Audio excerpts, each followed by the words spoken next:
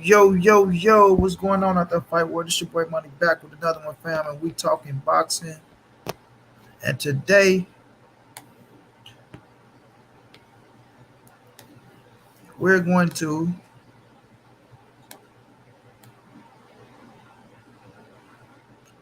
break down Terence Crawford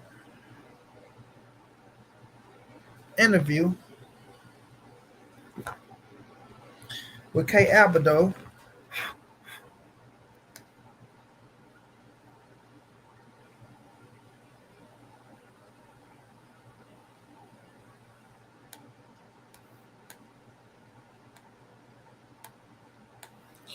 and call a spade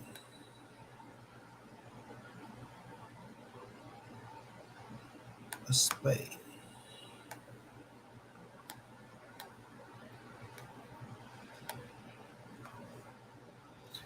Mark West, what's going down? My big bro Mega, what's going down? GC, what's going down?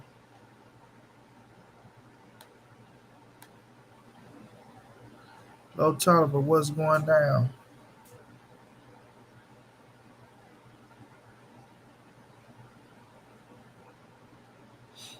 So in this interview, Terence Boy Crawford once again used his accolades to try to make Errol Spence look like he's beneath him.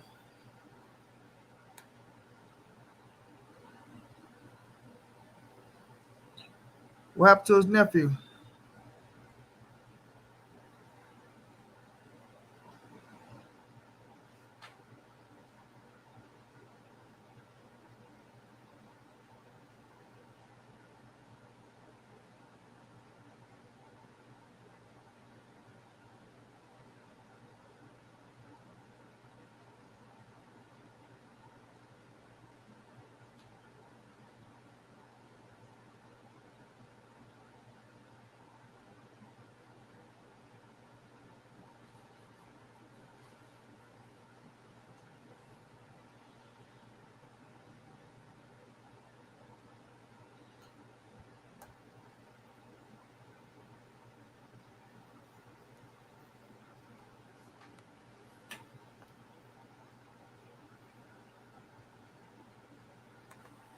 We're talking about the tweet.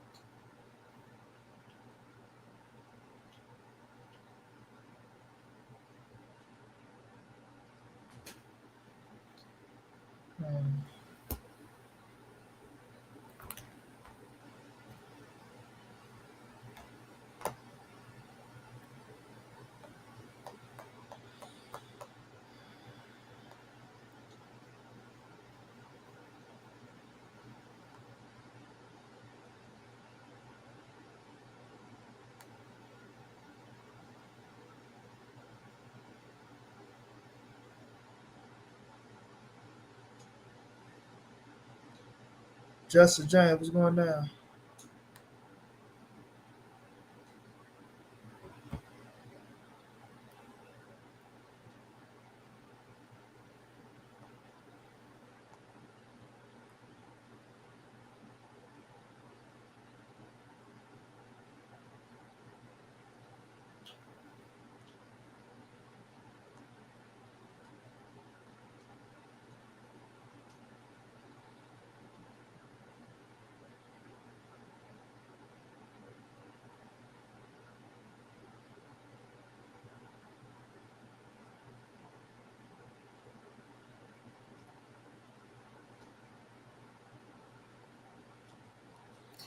I'm just saying, Keon video.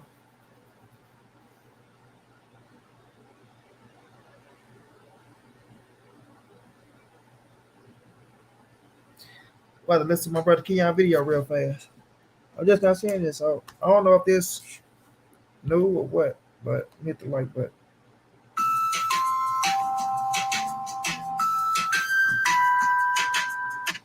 Etc., and you want access to them and some What you're referring to, I believe you could correct me if I'm wrong, is you agreed to fight Spence without a guaranteed purse, just for money on the back end, not of the gross, of the net, of the profits on the fight. And so you wanted oversight over the books. What are they spending on the promotion, et cetera, and you want access to them and some ability to agree to what the expenses are, et cetera.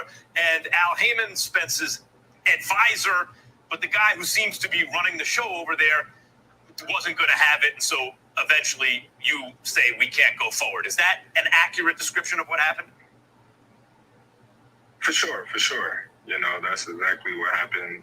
Terence Crawford gets caught lying again in another interview, and I'm sick of coming on here talking about this lying ass dude, but I got to, because this one right here, this one is the best one yet. Y'all want to make sure you watch the whole video, because Terence Crawford's own nephew exposes him in this one. Yeah, make sure that y'all hit the like button, and remember, the like button is free. It don't cost nothing. So we all heard all the lies and all of the contradictions that Terence Crawford and his whole team has been doing throughout the whole fallout with the fight with him and Errol Spence, right? He's going on a tour because he got a bum he's fighting, and David I've been sneezing, and he's doing a lot of interviews, you know. It's funny because he never did this many interviews before, right? But he's doing a lot of interviews trying to pump and promote his fight, right? But he's also doing a lot of damage control, but at the same time, he's doing more damage than he is controlling the damage, because this man don't know how to tell the truth. That's just plain and simple what it is. You know what I'm saying? He's trying to do damage control, but he's pumping out more lies and more lies on top of lies. But, you know, this is the age of the internet to where people get to run in their mouth, and we have receipts. Now, his own nephew exposes him in the lies that he's been telling this time. And I'm going to get to all of that. Oh, yeah, y'all was going down. Brandon y'all was really going down. Like this one. And for the ones who Errol Spence haters and the ones that don't want to hold Terence Crawford's feet to the fire, oh, y'all going to hate this one. So go ahead and press that thumb down button already, because y'all going to really be mad at this one. Because ain't no denying this shit right here. You know what I'm talking about? Anyway. So Bud, he does a new interview with Max Kellerman on Max on Boxing. One of his partners from ESPN, they go way back. Max Kellerman is going, you know, caress and rub Terence Crawford's balls every time he get. You know, he going to tell Terence Crawford how great he is and how he's the number one pound for pound and how can't nobody touch him. And of course, Terence Crawford is going to do his interviews with people that stroke his ego. Because if you watch Terence Crawford and you look at everybody he does interviews with, it's only with people that's going to stroke his ego. So I'm looking at the tweet, you know, check this out later. Raphael, you crazy as hell if you think those the splits. Bud got what he wanted. Spence had to put his pride to the side. And y'all know the rest. Facts on facts. Facts on facts. Y'all go subscribe to my brother Everything Boxing. The full video is over there. Sean Clark, what's going down? I appreciate you, my boy.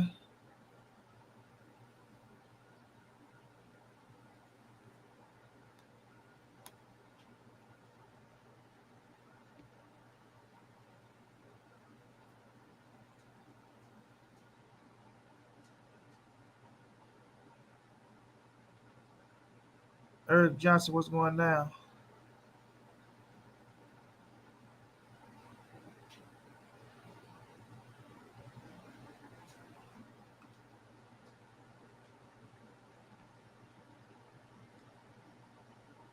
Well, we already know he gonna do that, so we want to go. I want to go over the interview though, where they doing on Kate Albedo shit, and we gonna break that down because once again, and then I got Bernie the Boxer. You know, he saying that I'm lying, and he don't listen to my channel no more.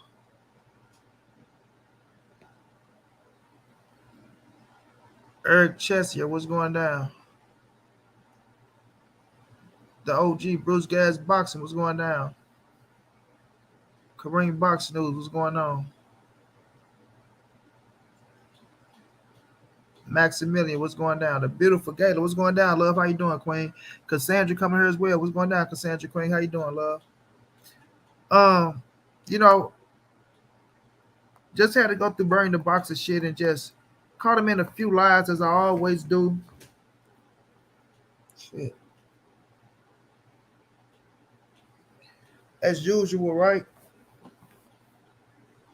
So now, I'm gonna put out a couple more other videos on his ass. But now he's right. He talked all that shit about Errol Spence, right? And we gonna get to the we most definitely want to get to the interview. But I want y'all to check out me catching Bernie and his lies, first of all, because all he do is damage control. And all he do is fucking lie.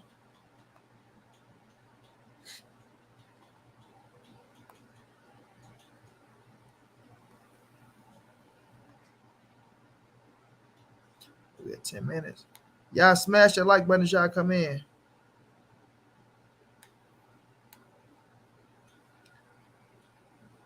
Gayla, how you feeling, love? How you feeling, Queen?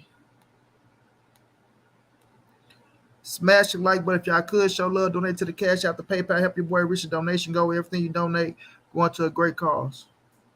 So we all catch Bernie in his lies, y'all. Okay. So videos are coming on these. I really do want to play. You better hold them before you fold them. You understand? All right, but it is what it is. So, like I said, I was talking to the kid and I asked him. He said, it's a lot of controversy going on. Why the fight ain't happening? And both of them getting a lot of flack, and Errol Spence getting a lot of flack. And he said, no, it ain't him. But I said, no, it ain't him. He said, Errol Spence wants to fight super bad too. Said this guy wants me just as bad as I want him. Say what? He want to prove he the best too. So I know it ain't him. I know it ain't him. And so what we've been having, he want to prove he the best too. So a lot of flack. And he said, no, it ain't him. But I said, no, it ain't him. He said, Errol Spence wants to fight super bad too. Say this guy wants me just as bad as I want him. He want to prove he the best too. So I know it ain't him. I know it ain't him. And so what we've been having going on, we had what they say in the history is it's a transparency issue. Transparency issue now. So is we catching these boys in they lie? And Errol Spence getting a lot of flack. And he said, no, it ain't him. But I said, no, it ain't him. He said, Errol Spence wants to fight super bad too. Say this guy wants me just as bad as I want him. He want to prove he the best too. So I know it ain't him. I know it ain't him. And so what we've been having going on, we had. So is it Errol Spence or is it not Errol Spence?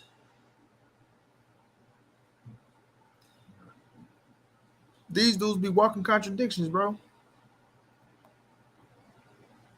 Like I said, you got the fellas making up all the Wendy Williams clips, making up stuff, telling lies. I told that fella, I said, you think bringing heat is telling lies? You think bringing heat is telling lies? That fella, montray-brown, that fella be telling nothing but lies. Today, I turned off my notification. I don't want to hear nothing that man had to say. Now, this was 4 days ago, y'all. He said he turned off his notification 4 days ago, which let you know this motherfucker is still listening to montray-brown TV. That fella be telling nothing but lies. Today, I turned off my notification. I don't want to hear nothing that man had to say. I don't want to hear nothing that he had to say. But like I said, I'm going to be honest. I don't care. You can go wherever you want. But he put up some nice. That man had 17,000 views and everything. I didn't even want to click up. 17,000 views. But he put up some nice. That man had 17,000 views. 17,000 I didn't even want to click on what he said because I know it was a lie. I know everything he said was a total fabrication. But he got 17,000 views off of something like that, off a lie, off a Wendy Williams clip. You understand? So like I say, you heard the kids say it. They Now, I'm telling lies. But you just said out your own mouth that your buddy, right? Come on, you guys. Your guy, the kid, whatever the fuck you want to call him, told you Errol Spence want to fight. Oh, it's not him. He want to fight just as bad as me, Bernard. Oh, Bernard, Errol wants to fight Bernard. He wants it, Bernard. It's transparency, Bernard. I say, Bernard, it's transparency. So which one is it? montray-brown telling lies? Errol Spence want to fight? Right? Then you turn around, Errol Spence ducking the fight. Errol Spence a bitch. He's a homosexual. Him and Al doing X, Y, and Z. He never wanted to fight. He knew it was gonna be motherfucking Keith Thurman. I mean, how many tunes do you sing, my boy? How many fucking tunes do you sing? You feel me? Or how about you come up out of your comfort zone and come over here and prove me wrong? If I'm telling lies and you next to the man, right? You next to the man, right? Come prove me wrong. You feel me? Come prove me wrong, bro. Keith Thurman, Lord bless him, and if you get past Keith Thurman. So another thing Mr. Bernard said was Keith Thurman is a cherry. Keith Thurman is weak. He chose Keith Thurman over Boots when he should have chose Boots, right? All this shit to make Earl look like he taking a lesser opponent. Or he don't want to fight Boots. Boots is mandatory as well. Or the IBF this and the IBF that. Oh, why is he going to the WBC? Oh, nobody's looking at Keith Thurman, man. Keith Thurman, the kid ain't fighting in this many times, and the kid ain't fighting that many times. Oh, the kid is this, the kid is that. But then you come back and say this shit. Fight with Keith Thurman, Lord bless him, and if you get past Keith Thurman, which I'm picking Keith Thurman, and I'm saying it on this occasion. I'm picking Keith Thurman. I'm going to say it's a 50-55. I think all fights mostly 50-50 when you're at the top level. But I'm picking Keith Thurman to win this fight because of his movement. I think he's going to do a little bit something different. You know, I think Keith Thurman rises to the occasion. And the other two fights, they wasn't nothing but stay busy fights, get a check, you know, tired of sitting around and, you know, spend up the Manny Pacquiao money. And now had to get some more money. You know, it just is what it is. Had to re-up. So he had two fights. And, you know, I'm sure he's been in training because he already knew he was going to get the call. Keith Thurman ain't no dummy. You know, Keith Thurman been around. He ain't no dummy. He ain't no lost for words. He's a smart fella. He know how to talk. And he know how to fight. I don't like his style, but the man know how to fight. He's very ring savvy in there. He's very ring aware. And I think it's going to be a hell of a fight. You know. So now it's going to be a hell of a fight. But at first, Keith Thurman is weak around the midsection, right? Put in whatever the fuck you said it was. And now you pick a Thurman to win the fight because now your guy that went to fight a motherfucking C+ fighter, right? A C+ fighter. So now you first you was shitting on Keith Thurman. Now your tune changed. Now you pulling for Keith Thurman. Keith Thurman going to win a fight because of his movement, right? His movement, and he throw punches from different angles, as Bud said, right? Because you said when Bud was coming up, you said Keith Thurman gonna be his toughest opponent, right? You said Bud said Keith Thurman gonna be his toughest opponent. Him moving up because he's awkward and he throws punches from different angles.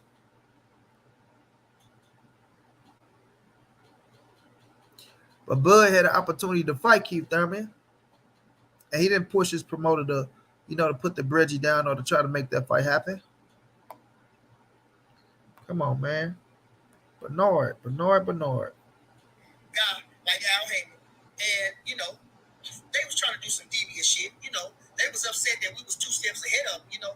Like, so now this is Bernard.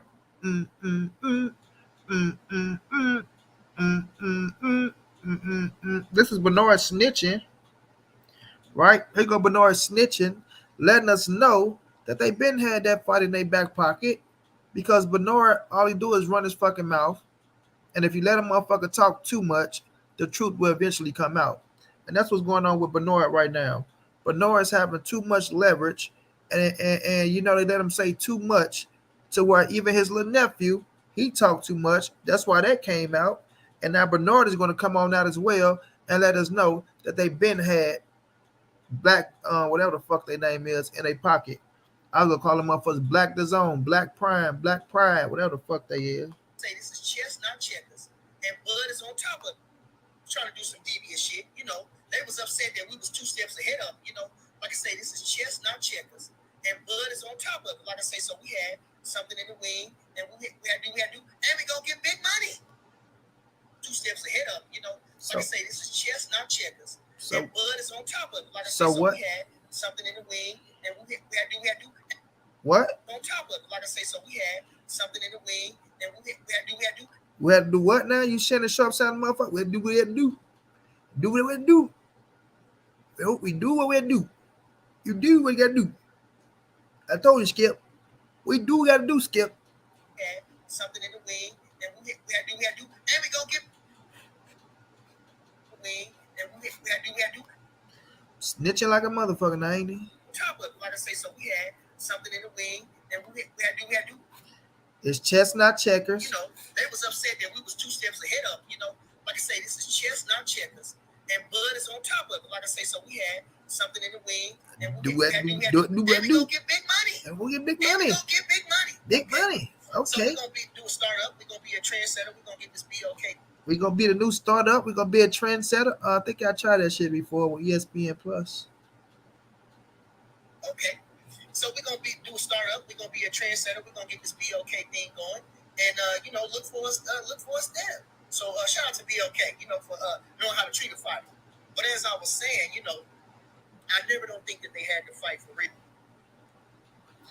He never don't think that they had to fight for real. But you just sat up here and said your man told you, you know, Errol want to fight. Man, these dudes come straight out of a comic book. You know what I'm saying? Straight out of a fucking comic book.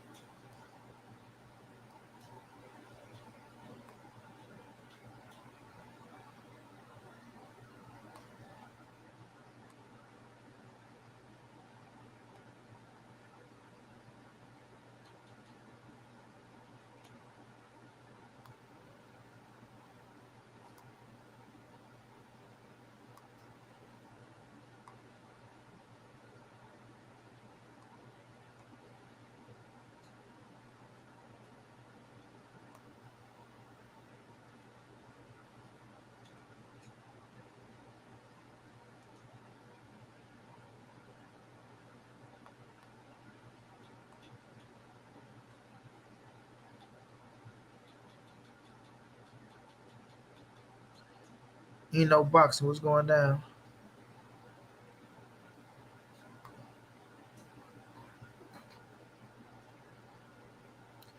Right, Eric Johnson.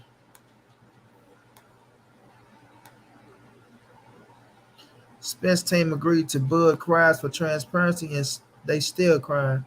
Bernie the Buster a fraud, and Bud a duck. Facts, Sean. You ain't never lied, bro.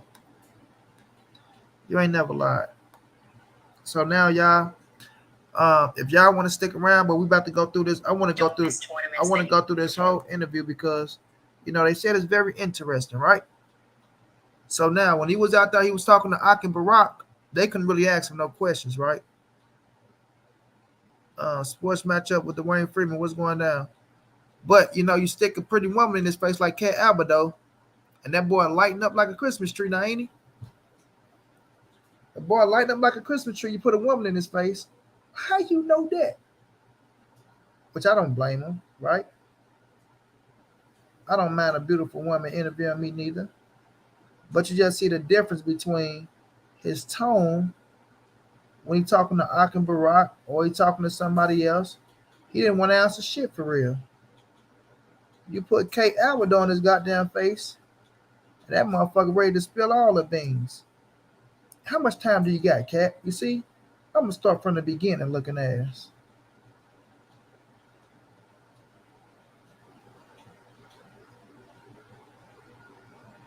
But it just shows you the type of guy that Terence Bud Crawford is.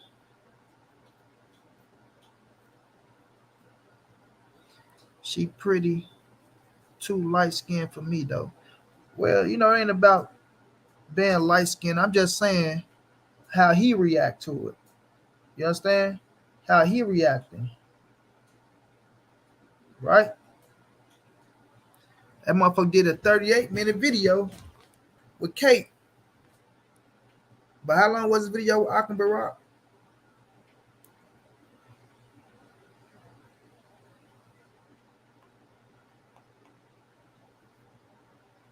John G was going down, bro.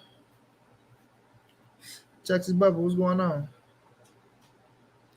So we about to go through this interview, y'all, and I'm gonna stop it. I'm gonna pause it. I'm gonna give my opinions as we go through it because I have to listen. Because I'm hearing a lot of things from the interview, and I'm hearing a lot of people saying this and a lot of people saying that.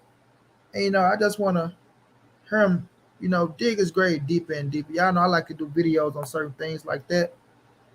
But, to each his own. And I do wanna, have some fun with his ass. Hey, this is Kate. If you're enjoying the content on the Good Fight channel, then please do hit like and subscribe below. Thank you.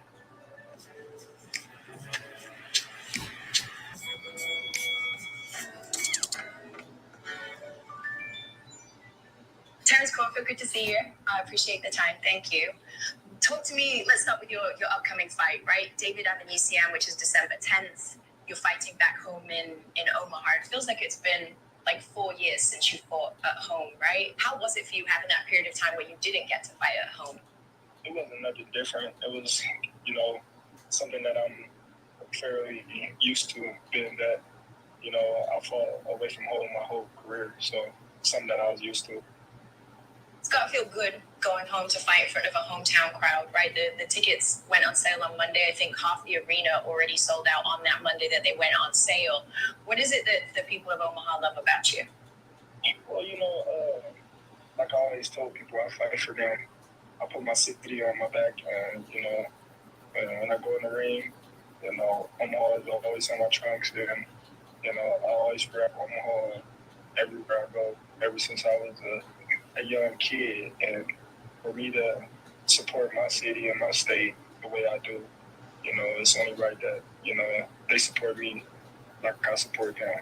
It feels like some boxing fans have been dismissive of Avanesian as a challenger to you, right? He is ranked top 10 by 3 of the sanctioning bodies, but it kind of feels like anybody who's not named Errol Spence right now, people are going to have a problem with you fighting them, right?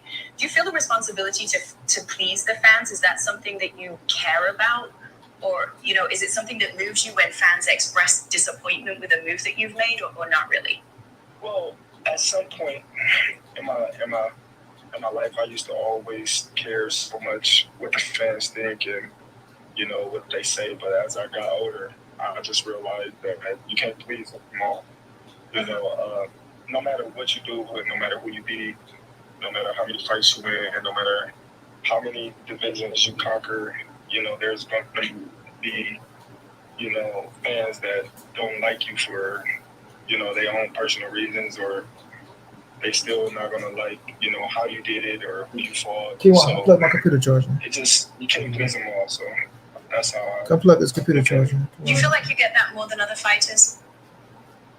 Of course. I feel like all the great fighters... You feel like you get that more than other fighters. Of course. That's a goddamn lie, Terence Crawford. Here you go lying again. Right? So what she asking is, do you feel like you get more criticism than all the other fighters? He said, of course. Negative, man. Negative. Right? You don't get more criticism than other fighters. You don't. You get to fight all these motherfucking certain fighters and get all this motherfucking just do that you did X, Y, and Z, but now you get more criticism than other fighters. Stop it, boy. Get that. When you look at, all the great fighters that came before me and the fighters that's going to be here after me, they want to get the same treatment. They're going to get the just do, because they great. When you great, the fans want you. Gayla, can I punch Terence Crawford in the motherfucking face, please, Queen? To fight the fighters that they want you to fight, and that's that. And if you don't fight those fighters, then you're not considered the best in their eyes. You're not considered, the greatest fighter that you possibly can be, because you're not fighting the fighters that the fans want you to fight. As a team, I guess that as a group, everybody had to have been hyped about the idea of fighting Errol Spence and having that kind of like a legacy-defining fight, right? I'm interested, for you personally, for your family, for your team, how disappointing has this period of time been? And do you kind of feel really drained by the whole thing not getting to where you wanted it to get to? Well, of course it was disappointing, being that, that's a fight that been on our radar for 1 second, y'all. I'm found it.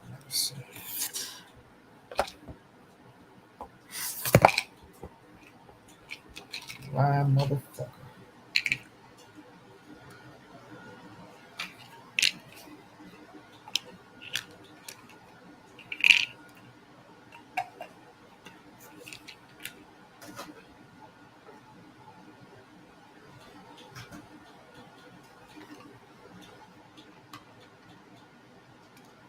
We're coming back, family.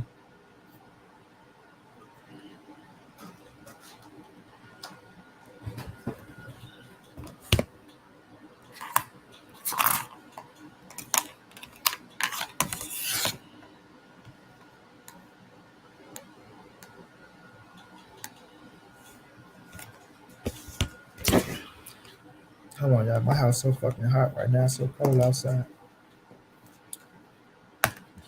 White Beezy, what's going down? White Beezy, I'm gonna shoot you that LINK. for years, and being that it didn't come to the light, of course it's disappointing, but at the same time, I have a career, I got a family, I gotta continue with my career. I can't sit on my hands and wait for another fighter or another promotional company to make things right for me when I'm not signed with them. So I gotta do what's best for me at the end of the day. There's obviously a lot of upsides, right, to having control, being your own boss, right? Like you talked through before, having that kind of visibility over everything that's going on with your finances, with the business. It also means, though, like on the flip side of that the blame is now personal, because before everybody used to be mad at PBC and mad at Top Rank because they couldn't make the fight happen. Now it feels like it's more directed to you personally, right? The kind of the kickback to the fight falling apart. How have you felt about the reaction to that announcement of an ECN fight, and to the reaction to your IG live even? What have you made of that? Well, I think it's not geared directly towards me. I think it's okay, right down the line, but at the same time, that's something that I don't care about. For one, being that I did everything that I was supposed to do, that I could do to make the fight happen. The people that's on the outside that's saying all these negative things and saying, certain allegations, they don't know what they're talking about. So it's like, I gave you the truth. I told you what it was, and that's what it was. And if you don't like it, then so be it. Beat yourself up, every day that you wake up because you're not happy with your life. I'm blessed. I'm happy. I'm healthy. So I'm comfortable. Now, why do people not have to be happy with their life because they want to see you fight somebody, bro? Right? Like, why when cats get money, right? That's why I don't get when niggas get money. And this go for all motherfuckers that sometimes they get their hands on some money. Now people are not happy with their life because they made it, they got a couple dollars and shit like that. So now, right? Go beat yourself up because you're not happy with your life. I'm comfortable. You this, you that. You still haven't done what the fuck you said that you. Oh, I done everything that I was supposed to do to make the fight happen, which is a fucking lie, right? Which is a whole lie and a half, right? YBZ, I sent it to you from my other Instagram, which is a whole lie and a half. So now, go beat yourself up because you're not happy with your life, or go, do this and go do that. Like, the arrogant shit, bro. No, people blasting your motherfucking ass because your ass ain't out here making a big fight happen and you didn't do what you said you was going to do to make the fight happen. And you got caught up in more lies than one, motherfucker. And you can't get out of it. So you can keep trying all you want to. So I think fans, right? Hey, what's going down, my boy? They watch how everything played out, and they think pretty much this was the fight that we wanted to see in this generation, essentially, right? And they think pretty much we got as close as we're ever going to get, and that the fight's not going to happen. What's your perspective? Do you think that the fight still happens? Is there still life in that? There's always still life in the fight. You know, things just got to be, fair, and they got to be right on both sides. That's it. That's the only thing. So now things have to be fair and they have to be right on both sides. Terence Crawford, bro. If things wasn't fair and wasn't right on both sides, why would you agree to certain things then, bro? Like, why would you agree to do anything with PBC? If it wasn't fair, if it wasn't right, why would you agree? Why would you come out here and say you agreed to everything, bro? Like, you just saying shit. Like weak ass Drico Bay. Like weird ass Bernie the Boxer. Like your weird ass little nephew. You just be saying shit. And they get it from you. Like I said, if you taught little nephew how to be a man, we see what's going down. Like, come on, man. Y'all have to do better, bro. Y'all have to do better. And then like K Abado, these interviews, I understand y'all interviewing them and maybe y'all don't got all the insights, or maybe y'all not looking at everything just because it's Terence Crawford and y'all want to kiss his ass and shit like that. Hold on, YB, let me see. Right? But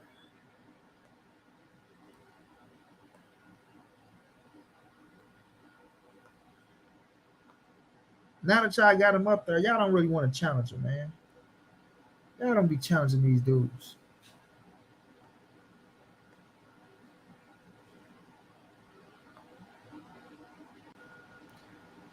Y'all don't be challenging these dudes.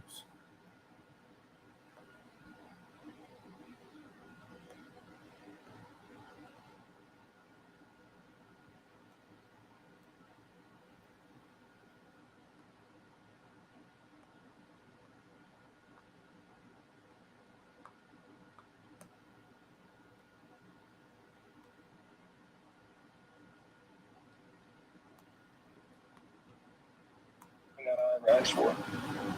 Things to be fair and be transparent. That was it. Do you feel like that's a place you can get to with PBC? I feel like if the fight, is the fight that they want to have, and they want to please the fans, and they want to make things right, of course it can happen. Of course. So I think the question that comes up with that fight not happening, right, is legacy. Legacy is always such a big word in boxing. What legacy do you think you've earned right now, and is it where you want it to be? Of course. Okay. Of course. When you look at Terence Crawford legacy compared to Errol Spence legacy, it's night and day. Wait a minute. Comes up with that fight not happening, right, is legacy. Legacy is always such a big word in boxing.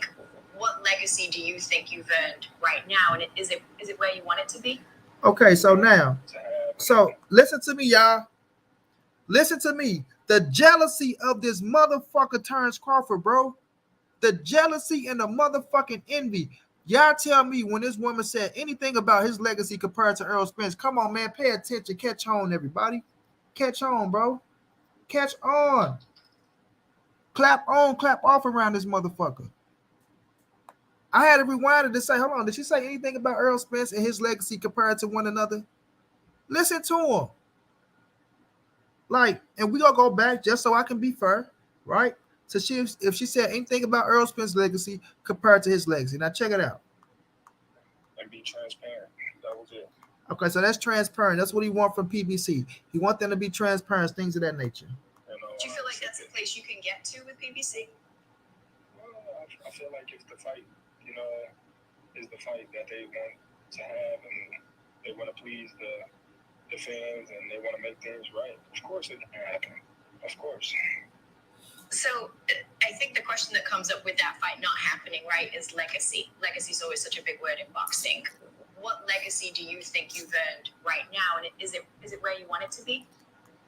Now, she never said nothing about his legacy compared to Errol Spence.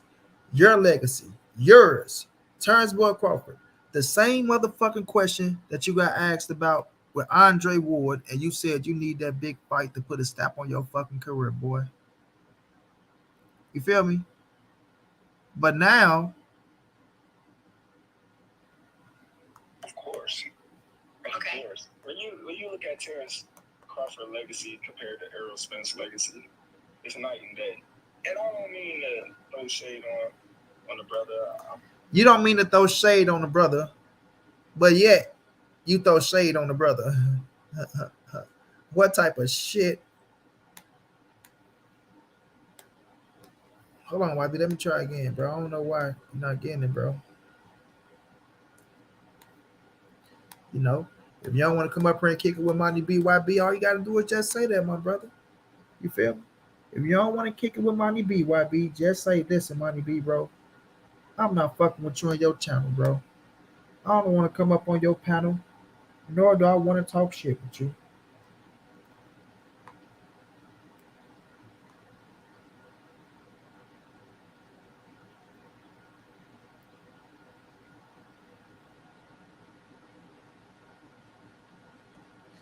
My brother David Doherty, thank you so much for that love and the cash out, my brother. Everything you donate goes to a great cause.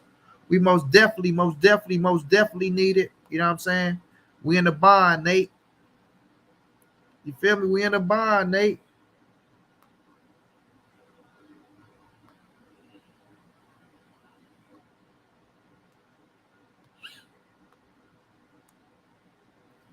Since to my brother YB's.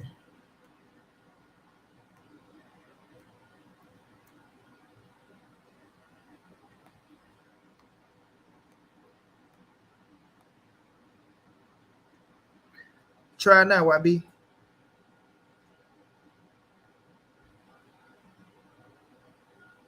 Yeah, Shot P Dog. I appreciate that, my brother. We damn sure need to get to the donation goal. Anything you can donate is all love. You feel me? You couldn't join either? God damn, what's going on? What's going on? I'm about to send you another link. I got you, Key.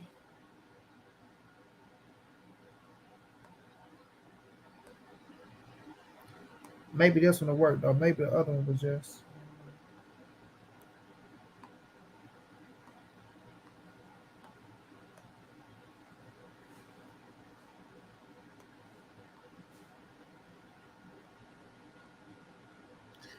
I sent it to you, Key.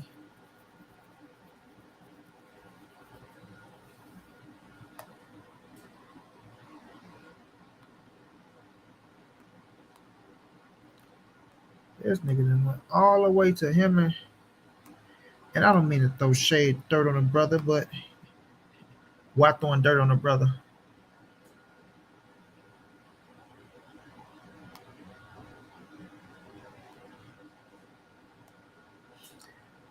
Let me know if it worked now, YB, y'all.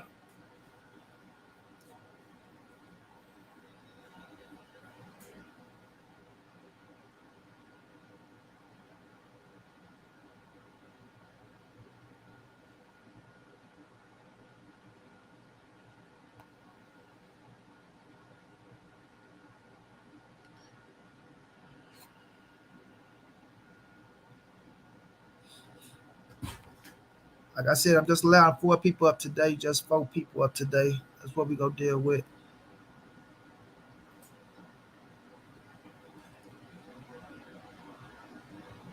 You know, this stream ain't gonna be that long. Somebody on here, please. Marcus King, what the hell are you talking about? Why y'all keep bringing up what Mayweather said? What is wrong with you people? Okay, YBZ.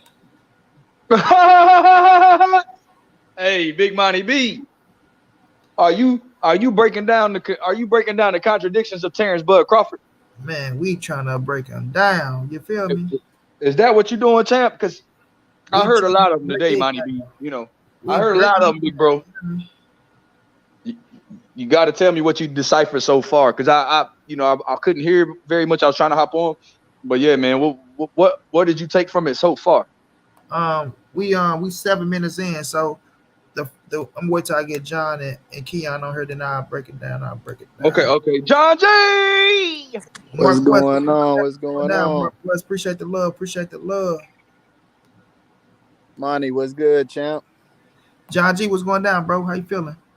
Good. I know you got some rest last night. You didn't let them women keep you up. A1 say, hey, that nigga feeling the heat from the YT from the YouTube world and didn't know motherfucker was gonna press him like this. And everybody know YouTube keep boxing alive. So everyone come to YouTube for boxing talk. That nigga Cook ain't no getting away. All facts on motherfucking facts, my boy. All facts on facts.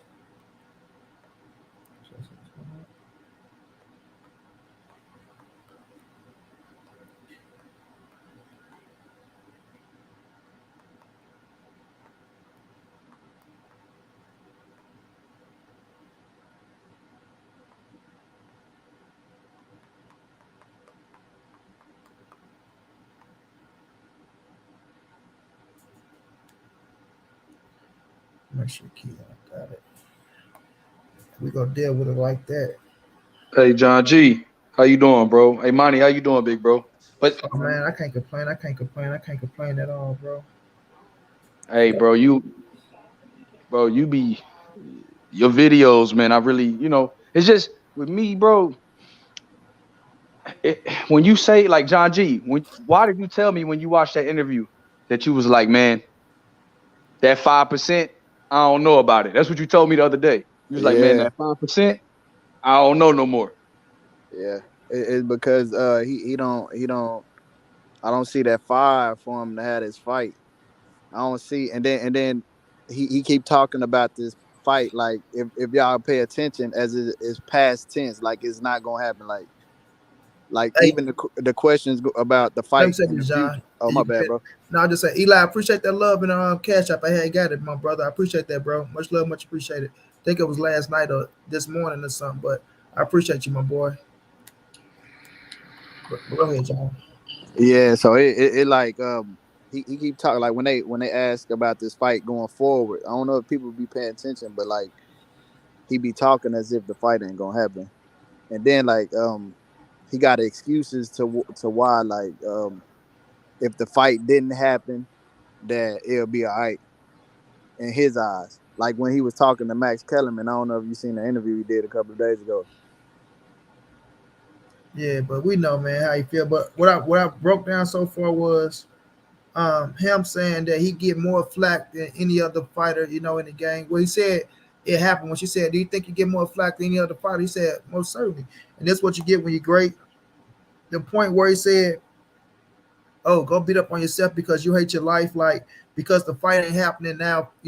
People gotta hate their own life because I'm comfortable. When people get a little money, they want to try to throw that shit out there, like, oh well, I'm rich and I ain't got to worry about this and I ain't got to worry about this. So y'all miserable. Y'all don't love your own life. Like how the fuck people don't love their own life? What money don't make you happy, my boy?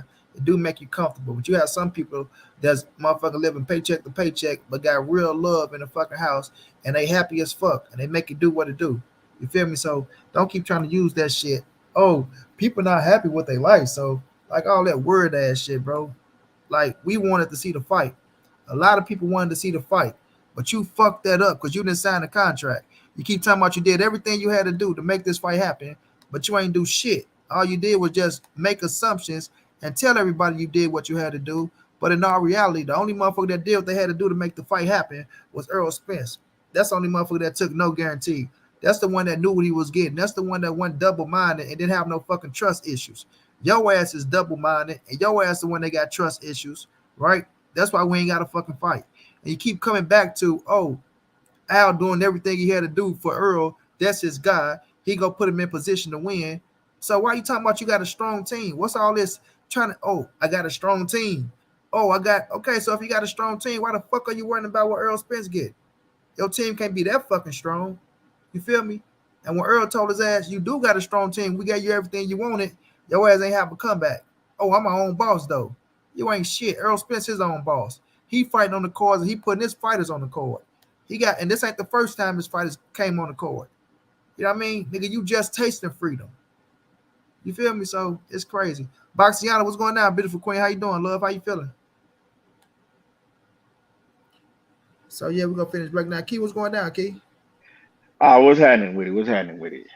Shit, just trying to stump this nigga ass in the ground as usual. Yeah, man, as you should be, cause I mean, shit, crazy, man. All right, like I said, man, I don't know nobody I ever seen in a boxing game that just lied this much. Don't make no sense, bro. Don't make no sense. What are you doing all this lying for? Don't I make know no what. I know why he doing it though. yeah. Motherfucker jealous and envy of Earl Spence. Okay, so let's get back to this, y'all. Now the woman never asked him, bless you if somebody sneezed. The woman never asked him, bro, about is his legacy better than Earl Spence, right? I wondered a lot of y'all catch on to that, but all of a sudden you just got to bring up you compare my legacy to Earl Spence's legacy, and what, nigga? So let's listen to him. Cause we gonna break his ass down. We'll go around the panel. I'm just speaking facts. Whether they can say whatever they want, they can hate and say, oh, well, he fought this guy, he fought that guy. They can say whatever they want. But for Terence Crawford legacy, you're gonna say he's a 3-weight world champion. He's an undisputed world champion. He's a fighter of the year. He's an ESPY award winner. He's a lineal champion in 2 different weight classes. You know, he's undefeated, and he never had a close fight ever in his boxing career. So let's stop him, y'all. He haven't had a close fight in his boxing career. Now he keep bringing up his accolades, bro. We know what the fuck you accomplished. Like you keep bringing up accolades after accolades, right?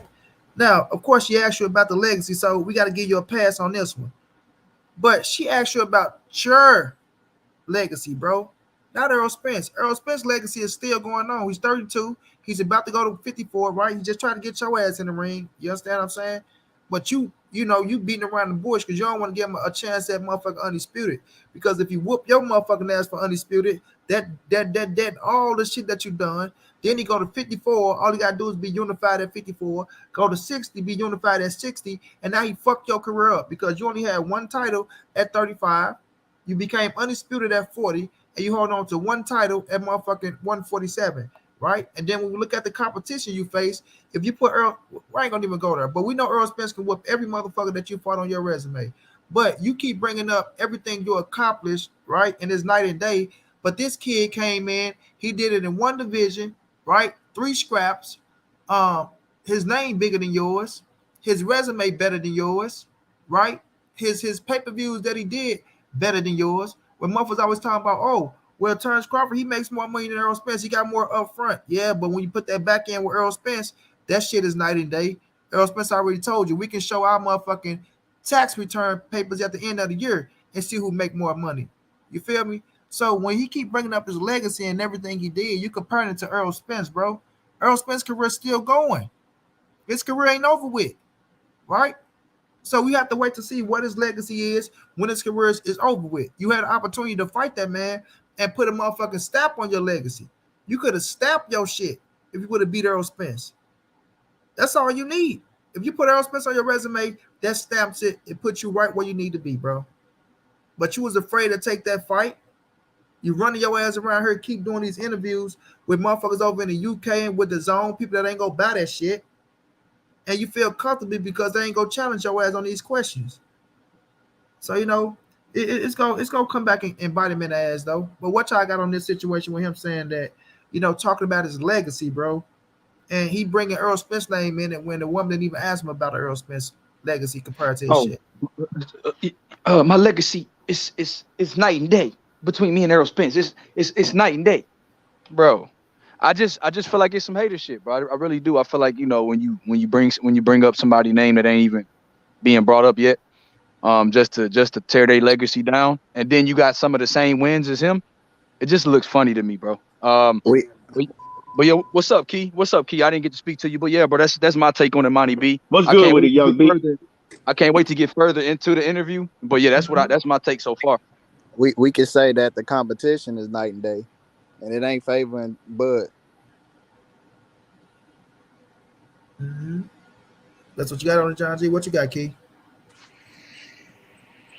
Oh man, my bad. I was having a discussion in the background about some whole other real shit. I'll talk to you about it later. But man, I didn't catch everything y'all was saying, but I know that you were just basically breaking down the video, with him and Case.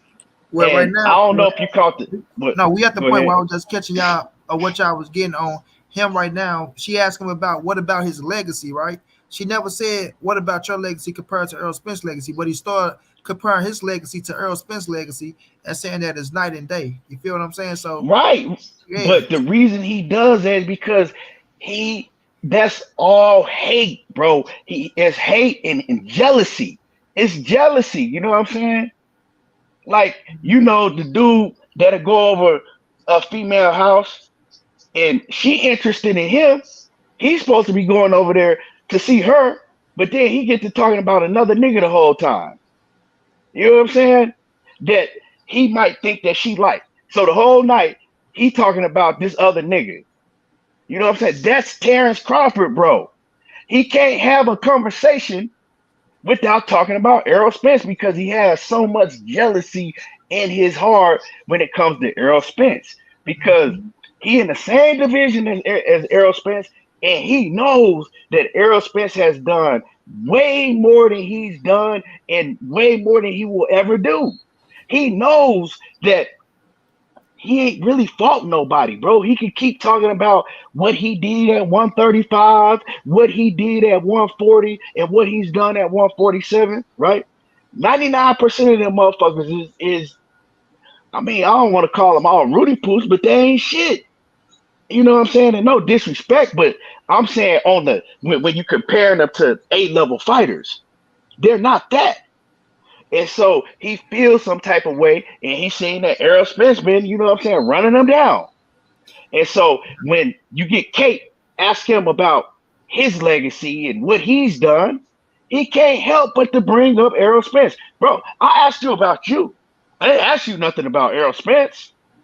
Like, this interview is with me and you, Terence Crawford. If I want to ask you about Errol Spence, then I'll ask you about Errol Spence. But we're not talking about Errol Spence, and he always brings up Errol Spence. And you know another reason why. Because he built his name off of Errol Spence. The reason we're talking about Terence Crawford right now is because of Errol Spence. The reason anybody ever mentions Terence Crawford at 147 pounds is because he linked his name to Errol Spence. He hasn't done nothing at 140. Bro, it took him his whole career at 147 to fight Sean Porter. All the fights that he didn't had to fight Sean Porter. Sean Porter last fight. So nobody would be talking about Terence Crawford if he didn't have an Errol Spence to link his name to. But we would be talking about Errol Spence, and that's a guarantee. So he ought to be thankful for that. And that's what EJ telling his ass, nigga, I made a way for you. But then he gonna come out here talking about, I haven't had a close fight with anybody. But we gonna get back into it because I don't want to hold people up. But the dude, like I say, the jealousy and the envy that goes on in this man, bro, is redundant, bro. Like, that shit is redundant, and it just pours out his pores just every time he get his ass in front of a camera. But all that, I haven't had a close fight in my career. Boy, Benavidez had one leg was touching your ass. We rewatched that fight. He was in the fight. Until shit went out, he got to playing the ropes. Mean Machine was in a fight. Motherfucker Sean Porter was in a fight. Come on, man. Cut it out, boy. Feeling yourself a little bit too much. I think what people often look for is a signature win. Do you feel like you have a signature win? I got multiple signatures of wins. Which ones are they for you? When you look at it, Ricky Burns was a signature win. Okay. When you look at it, Gamboa was a signature win. Postal was a signature win. And Dongo, not Sean Porter. You wouldn't include Sean? Yeah. Okay. Jeff Horn was a signature win. Kel Brooks.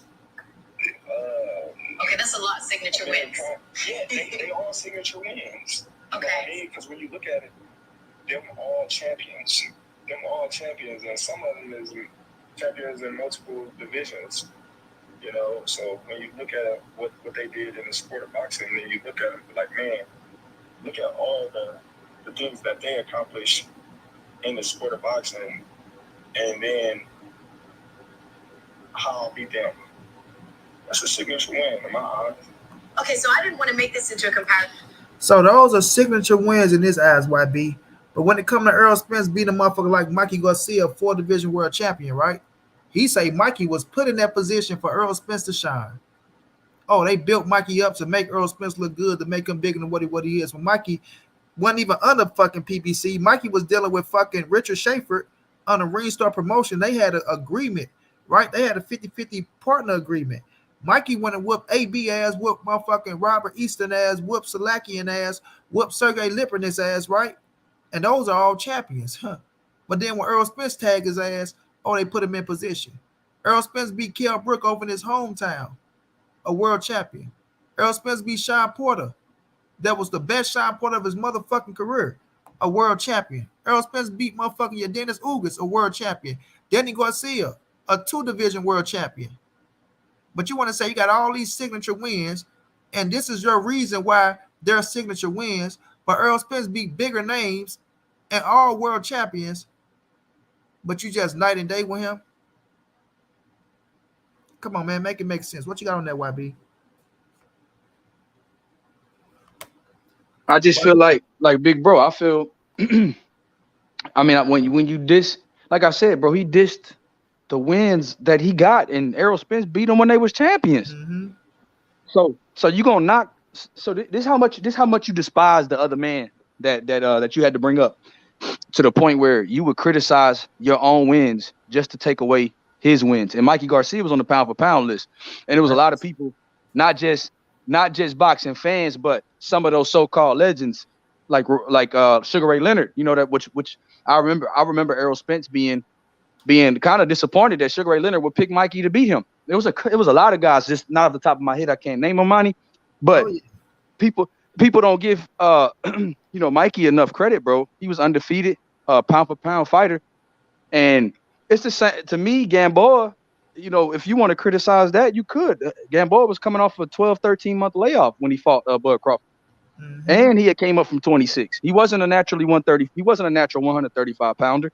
Now he was a good fighter, but it's just like, if you want to nitpick resumes, and then what's crazy, he dissed the Ugas win with Errol Spence beating Ugas as a champion, but his signature win over Jeff Horn that he said, Jeff Horn arguably, lost that fight to Pacquiao when Ugas beat this guy decisively, but he taken away what Errol Spence did with Ugas. So, Monty, you get what I'm saying? It's just so contradictory, bro. It don't make no sense. Why would you take away some of your best wins when Errol beat them before you? So what does that say? When a guy that you hating on beat them before you, what does that make your wins look like? Then this guy said Amir Khan, who he said Danny Garcia didn't beat nobody at welterweight, but Danny Garcia stopped Amir Khan at 140. That make Amir Khan look even worse. Champion Amir Khan, world champion. Champion Amir Khan, though, Monty. You get what I'm Unified. saying? So you want a 2-division champion like Danny, you gonna criticize, but Amir Khan got knocked out by that same Danny you criticizing? Bro, Monty, it don't add up. Like, who is this guy's PR person? If he doesn't, since he's such a boss, he need to hire one. Mm-hmm. John G, what you got on that, John G? His signature wins, that's so big time. Yeah, I mean, most of them was on their way out. I mean, we want to be honest. Like he want to say like they were champions, like they were present champions when he fought them. They didn't have belts when they fought them. These guys was on their way out.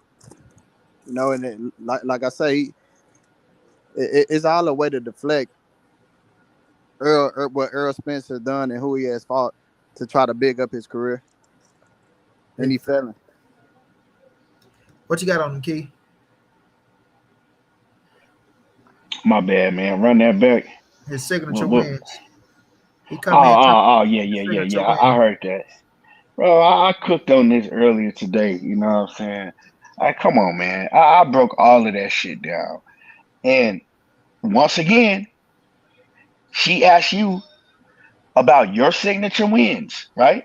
She didn't ask you about Errol Spence. And once again, he gets to talk about Errol. Oh, man, my signature wins way better than Errol Spence. You don't have no motherfucking signature wins, bro. If you're talking about Ricky Burns, bro, that dude got, what he got, like 40 wins, 16 knockouts out of the 40 wins. He got 8 losses. He lost to guys like Ndongo. And you know what I'm saying? Come on, man. I went down Ricky Burns' resume. It was some trash. Just straight up and down. I mean, I ain't gonna sugarcoat it. He ain't beat nobody. Mm-hmm. You're talking about dudes like he naming guys like Amir Khan was a signature win. That's what he said. Everybody knows what Amir Khan was when you fought him. He hadn't beat nobody in how long when you fought him? Like, man, like that shit's crazy. Amir Khan was way past his prime days when you fought him. He talked about dudes like what else he said? Jeff Horn. Bro, Jeff Horn got one notable win on his whole resume. He only got 20 wins. He only got 20 wins. You know what I'm saying? He got one win that we know of on his resume, and that was Pacquiao. And we all know what was behind that. Manny Pacquiao was robbed over there because he told Bob Arum that he was leaving Top Rank. We all know what goes down when you got that WBO belt and you leaving trying to leave Top Rank. Bob gonna do everything he can to try to get that belt away from you. Shit. If motherfucking Kenny Porter hadn't threw the towel in the ring and Sean Porter would have been able to last, shit, we don't know what would have happened over there. But you know, that was a different situation because the belt was gonna leave regardless. Because Sean Porter would, you know what I'm saying? But it would have been vacant because Sean Porter was retired, so it would have been right there at Top Rank again. But man, it's just embarrassing. He should be embarrassed to say that them fighters that he named were signature wins. Nobody is going signature wins, bro. It's some shit that if we come on this panel 10, 15 years from now, we're going to be able to talk about those fights. Where is that fight at for Terence Crawford? It don't exist at all. Facts. Aisha, what's going on, Queen? Yeah, he know it. He know it his goddamn self. That's why. And he was at 147 when he told Andre Ward he need that fight to put a stamp on his career. So when we looking at his ass talking about all this shit and all these signature wins, he wasn't saying that shit. You feel me? So that's why I'm looking at his ass sideways, like, bro, you're a walking contradiction every time you open up your goddamn mouth. You kill some shit that you already said before. So, you know, how can you really take this dude for his word, man? But we gonna keep it pushing, y'all. With you and Errol, but you kind of did, right? So if you're going to pick Errol's signature wins, which one would you pick? Errol's signature wins, I would say Kell Brook, Sean Porter. You're going to put Mikey Garcia and Danny Garcia and Ugas. So basically those more recent fights. Even though Danny Garcia never won a significant fight at 147. He didn't beat nobody. He lost to everybody. Even though Mikey Garcia never fought in the division before. Even though Ugas has been beaten numerous times. Tom Porter had already been beaten. Kell Brook had already been. He was trying to take away all those significant wins. You're taking it back. Thank you. Thank you. He had to stop that hating ass nigga. Right. Facts. Because, you know what I mean? When you say Terence, you say, oh, well, Gamboa was little, but they don't say, oh, well, Gamboa had a title at 135 when they fought. They don't say that. You know what I mean? They say, oh, well, Gamboa was too little, but they don't say Gamboa never went below 135. You know what I mean? To fight again. So, you know, it's a lot that they say, oh, but Jeff Horn was robbed. You know what I mean? With the Pacquiao won. Oh, well, you fighting leftovers when you fought Tom Porter, which everybody said I was going to lose that fight. Oh, well. Who said you was going to lose the fight, bro? Dude, he can't help it, money. He can't help it. This motherfucker, boy. Washed up, which everybody said I was going to lose that fight. Who said you was going to lose to Kell Brook? Nigga, look at the odds in Vegas and tell me that you was the motherfucker. They said you was going to lose. Man, come on, Monty, bro. Man, bro. He said people was picking him to lose against. Hold on. So I'm just stating facts. That's all. So talk to me about being undisputed, because I was watching an interview that you did with Andre Ward. It was like an ESPN interview. You guys are sitting down on two stools. I can't remember which fight it was, but you said that being undisputed is one of those things that really drives me, right? You didn't get to become undisputed at 135 kind of because of the politics of boxing and everything. If you don't get the opportunity to become undisputed at 147, would you leave the sport with disappointment, with regret? Like, how would that affect you? Not at all. I don't know. But how can you be the same person that's driven by becoming undisputed, but also be like, hey, I'm cool if it doesn't happen? My thing was this. I was driven by being a world champion of Okay. the world. That's what I was driven about. There's full belts though, right? I already did that. Hold on, wait a minute. Didn't happen. My thing was this. I was driven by being a world champion of Okay. the world. Oh. That's what I was driven about. There's full belts though, right? I already did that. Okay. I already accomplished that. I set a trend. What's the trend? That means before Terence Crawford, when was the last undisputed? Bro, how the fuck you set a trend back Hey, dispute as if you the nigga nah. that's that Bernie talking, bro. These Well, some what he said, fuckers, bro. what he said, and he go on to say that nobody was thinking about undisputed until he became undisputed. Nobody wanted to be undisputed until he did it. Hey, Keith. Let's have a finish. Oh shit, Hey, Keith, bro. you got to do third person reference for Terence Crawford. I'm gonna call him third person Terence in a minute. This Right, right. Hey, Keith, before Terence Crawford, you know, when they talk about undisputed, you got to talk about Terence Crawford, and Terence Crawford did. And when Terence Crawford want to be doing that, everybody want to be like Terence Crawford. I'm like, bro, Money. What I always tell you about them niggas that talk about themselves in third person. Right. He the nigga you just want to slap Nigga, it like that. nigga, goddamn Yeah, Terrence nigga just Hawthorne slap, Crawford. man. You just want to slap the shit out of him, bro. You be like, bro, I want to slap shot this nigga right now. But he your homeboy, so you can't bust him out. You be sitting up there like in your head, like this nigga, man, like a motherfucker. Bro, he just go keep going. No, you tell me. Undisputed champion. I don't know, you tell me. No, you tell me. Jermaine Taylor now. Okay. Okay, so when you look at the time span of the 4-belt era, for Jermaine Taylor, Terence Crawford want to be undisputed. Once Terence Crawford became undisputed, everybody wanted to become undisputed. Wasn't nobody screaming, I want to be undisputed until Terence Crawford became undisputed. Right or wrong? I don't know, man. That's hard. Thank you, Kate. Thank you for you better not. You better not. Okay, but so That's that Bernie talking. I'm happy she said, I don't know. Thank you, Kate. Thank you for busting his ass out and not being the Ak and Barack. You man, that is perfectly right. You know what? That is 120% correct. if you saw the value in it back then, That's your homework. why don't you care about it now? I already did it. I already accomplished it. So you feel like doing it in one division is enough for you?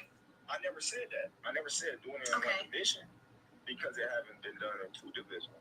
That's why I wanted to do it in 2 divisions. Okay. So what I'm telling you is, if I leave the sport and not being able to accomplish becoming undisputed at 147, it doesn't hinder me or make me feel in any way because I already did it before. I know how it feels. Okay. Because I already was undisputed before. Errol Spence, he don't know what it feels like. There I go, Keith. There go that jealousy. And if you listen to what he said, I wanted to. I wanted to. So he's letting you know I don't want to no more. Why? Because I don't want to fight that nigga. And he's on some 99 boo-boo shit. Ha ha, I got the WBO belt and you can't be undisputed because I'm not going to fight you. Ha ha ha. You know what I'm saying? He antagonizing ass nigga. That's why I said what I said. That 5% went down. They're like 2. He gets off by antagonizing Errol Spence. He dangling about, ha ha, you can't catch me, nigga. Ha ha ha. You know, that's him, bro. He a fucking weirdo. You want to touch on something before I let this continue to play? Facts, A1. Facts. Hey, Monty, it's the chronic. I'm gonna take my ball and go home. See, if y'all ain't give me what I want, nobody gonna play. You get what I'm saying? That's what I feel like with Bud. I feel like Keon said, bro. It's this whole interview was not to promote Avanesian. It was to antagonize Errol Spence and tear down his legacy, his resume. And that's what everything has been on. It's damage control. And then when he say he don't care, if you don't care, why is every interview you brought up Errol Spence without them asking you about it? Well, I mean, about what the fans say and about what people say. Like he said, oh, people said this about Jeff Horn. Bro, nobody asked you that, but it's obviously ingrained in you. And he obviously reads and pays attention to everything people say because he recites it like it's memorized. You get what I'm saying, Monty? So for me, Bud just capping. Errol Spence is living in his head rent free. That's what I see. Yeah, this nigga say, she say, oh, you know, if you don't get there, but listen to him. It doesn't hinder me or make me feel any way because I already did it before. I know how it feels. Okay. Because I already was undisputed before. Watch Errol Spence. He don't know what it feels like to have all the belts on him. You don't know what it feels like to be the only champion in the division. He doesn't know what it feels like. A lot of fighters don't know what it feels like. Now a lot of fight. Now a lot of fighters. Nah, keep showing that motherfucking jealousy and envy, nigga. Don't turn to a lot of fighters now. Speak your real mind, cause she ain't say shit about Errol Spence not being undisputed. You know what I mean? Speak your real mind, motherfucker, cause that's what you're doing right now. You jealous, insecure, trust issue having ass little boy. Is what's Baciano, you still in the chat? He a silver teeth child. Yeah. Hey, that's the thing. You could tell he had silver teeth. This is one of them silver teeth childs right here. You feel me? That smell like piss. That's why he always wanted to run around and fight people. Nigga, fuck is you talking about? Fighters in the Hall of Fame. What does it feel like? Listen, you the head honcho. you the number one. You the head honcho, but when you became undisputed, you ran your ass about the division. You ain't defend undisputed not one time, nigga. You went to beat Julius and Dango for undisputed, and then ran your motherfucking ass up out the division. Nigga, you ain't want to bang with nobody else. Mikey Garcia was coming up. Oh, shit. If you want to fight me, he got to come to 147. Yeah, but Mikey got to come to 147 for you, but he can't come to 147 for Errol Spence. Make that make sense, right? Mikey got to come to 147 for you, but he don't got to come to 147 for Errol Spence. You can go straight up and fight Julius and Dango for Jeff Horn for a title. You never had one fight in the division, but you got to fight for a world title. Now that Mikey Garcia is a motherfucking 4 division world champion, he goes up to fight Errol Spence and try to be great at 147 and lose. Now it's a different situation because you won and Mikey lost, right? But if you'd have put Mikey up against Jeff Horn, Mikey would have beat the fuck out of a Jeff Horn. And I put money on it.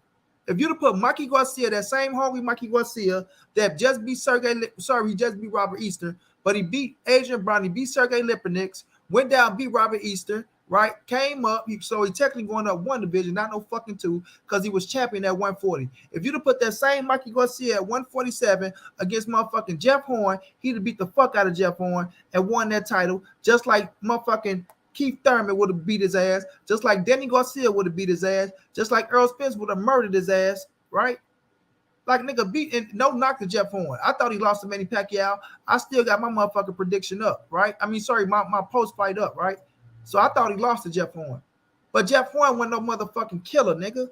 So let's not make it like you went up to fight a killer. Mikey went up and tried to be great, fight Errol Spence, who we knew was a killer. But it's okay for you to go up and fight for a world title, but it's not okay for Mikey to go up and fight for a world title. You jealous ass little boy. You know what I mean? Fighter of the division. There's no other champion. You the only numero uno.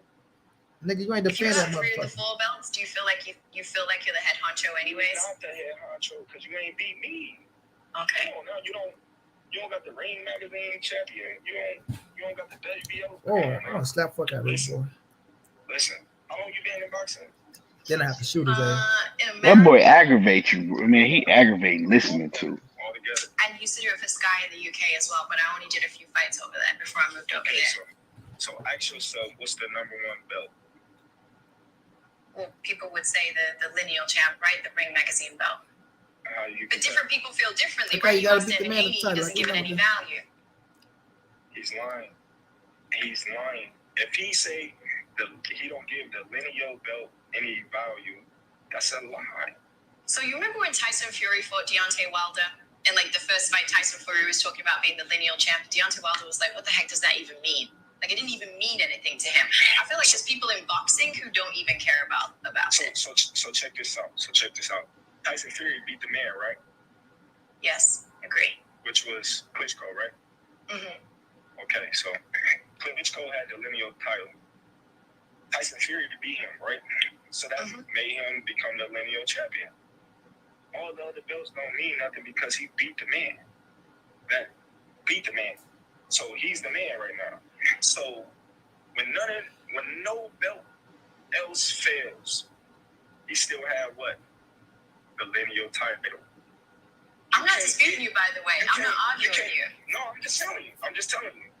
You can't become number one in any division,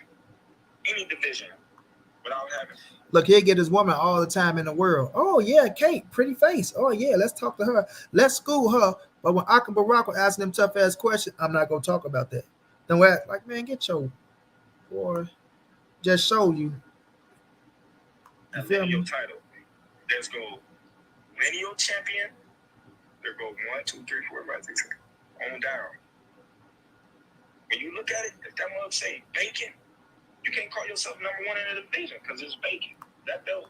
Errol Spence is the WBC, the IBF, and the Super WBA Unified World Champion. He is the number one fighter at the welterweight division. He is the king of the welterweight division. Your motherfucking ass had an opportunity. You ran like a bitch. Override all the other belts. Why you think it's free? You the people champ. You the champ. We're gonna give you a free belt. You earned this. All the other belts you gotta pay for. So this is one thing that always confuses me in boxing, right? Is the argument between like legacy and getting paid. Because I feel like fans, we always expect boxers to want to care about legacy more than anything else. But like in real life, we all care about getting paid, right? Like I have a job. I'd like people to think that I'm good at it, but I care more about like my contract and what that reflects. And can I change my standard of living? Can I help out my family? Like all that kind of stuff, right? How do you like balance the two? Like, well, if somebody who's talking about being the people's champ, the lineal champ, all of that stuff obviously has value to you. Do you care more about legacy? Do you care more about getting paid? Like, what's the balance for you between the two? See, at one point in your career, you're gonna care about legacy. Because that's what you're doing it for. You're gonna care about becoming a world champion. You're gonna care about fighting the biggest fight. But then it's gonna flip. It's all about the money at the end of the day. We didn't accomplish everything we accomplished. We prize fighters. Let's fight for this prize. Mm-hmm. Let's fight for this prize. Because we not fighters today like the fighters that was ages ago. That was leaving the sport with brain damage, and they don't have nothing to show for. When you look at a lot of those old fighters, they was taken advantage of, put in the ring, 10 times a year, and all 10 fights was tough fights, and they was brutally knocked out, or they was in split decisions, 15 rounds, and then when you see them, you like, man, I remember this dude was such and such. But then when you look at him, you're like, dang, man, it's sad because he don't have nothing to show for it. He put his life on the line for a sport that didn't give him nothing back. Not even healthcare. It's people that's dying in the ring. Look at recently, my guy, he's in a coma right now. Because they're fighting. Yeah, but that's what we do it for. We do it for the fans' entertainment. So when fighters get hurt, like him, us fans, we go about our day like nothing happened. Mm. So just imagine how much he was fighting for. He was fighting for pennies and nickels. What if he didn't have insurance? Now what? Now all that money that he didn't fight for is gone. Why? Because he got to pay for his doctor bills. If God willing, he come out of the situation that he come out of. And then when he do come out of that situation, there's no way for him to make money in boxing no more. So now what he got to do?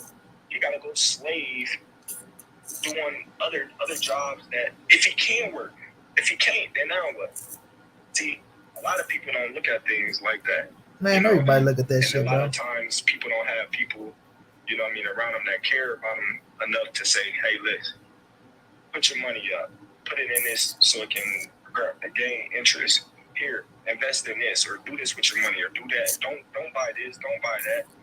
A lot of people don't have those type of individuals in their life to look out for them and, make sure that they do got something, to show for at the end of their career. That way they don't have to come back to boxing, when they retire and feel like, this is the only avenue they can make money in. So, yes, it's about the money at the end of the day. I feel you. So when do you want to get out of this game? Because you used to say like 33, 34 years old. You're 35 now. You're still in it, right? I've heard you. I've listened to your interviews. You used to say that. You pay attention. I like that. I actually did. I always said, I wanted to retire at 33. I did. I wanted to retire at 33, and here I am. 35, still going. I just love. Is there still an itch? Like, what is it that you want to? There's something you have to achieve before you hang it up, or what is it? I just feel like I'm still at the top of my game, and I really wanted that Errol Spence fight. I feel like that's the you fight really that want I really the fight, want. but you ain't signed a motherfucking Just contract. to prove a point. That was it. I really don't need boxing. It's a plus. I'm getting a big lump sum at once at doing something that you love to do. But I've been blessed with putting people in the right, putting the puzzles together for Terence Crawford after boxing. So God has blessed me with a lot of people that care about me, and I made some great decisions, and I made some great investments, and I'm still doing. Sound like Floyd. Hey, sound like Floyd. Now I said this Nigga sound just like Floyd, bro. He think he Floyd. Now I think. Okay, y'all stay saying that shit. If I was hurt, Hey, Terence Mayweather. this, I have to take that. I have to do this. I have to do that. But I'm not hurting. I'm comfortable. Floyd Mayweather. Like I said, Bro, and how he starting to talk about himself in third person and everything. That's Floyd. This is Floyd, like bro. a new period of time for you. You've taken control of your own career. It's something you've talked about a lot. One of the things that you said is that the next fight is the start of a new chapter for your career. You want to touch on something, YB? Nah, when he said it's what he say, money be? It's about the money. Come on, you guys. What you say, money? Come on, buddy. What y'all be saying, buddy? Come on, bro. Let buddy shit. Hey, It's buddy. about the money. And damn, bro. That shit, bro. I never heard Bud talk like this about any other fight in his life, bro. Like Errol Spence, man. Like, I'm telling y'all, it's that nigga had nightmares of that shag, bro. I'm telling you, it's the nigga with the shag. He know he back. That nigga go to sleep, he had nightmares and wake up in cold sweats. It's the shag. It's the shag. Oh, man. Let's let him get through so we can grill this motherfucking ass. That nigga pictured himself dangling through the ropes like Leonard Bundu. Boy, you are. Do you want to be different or to feel different in this new chapter? Well, I just want to, be in control of my own career. In control of my own destiny.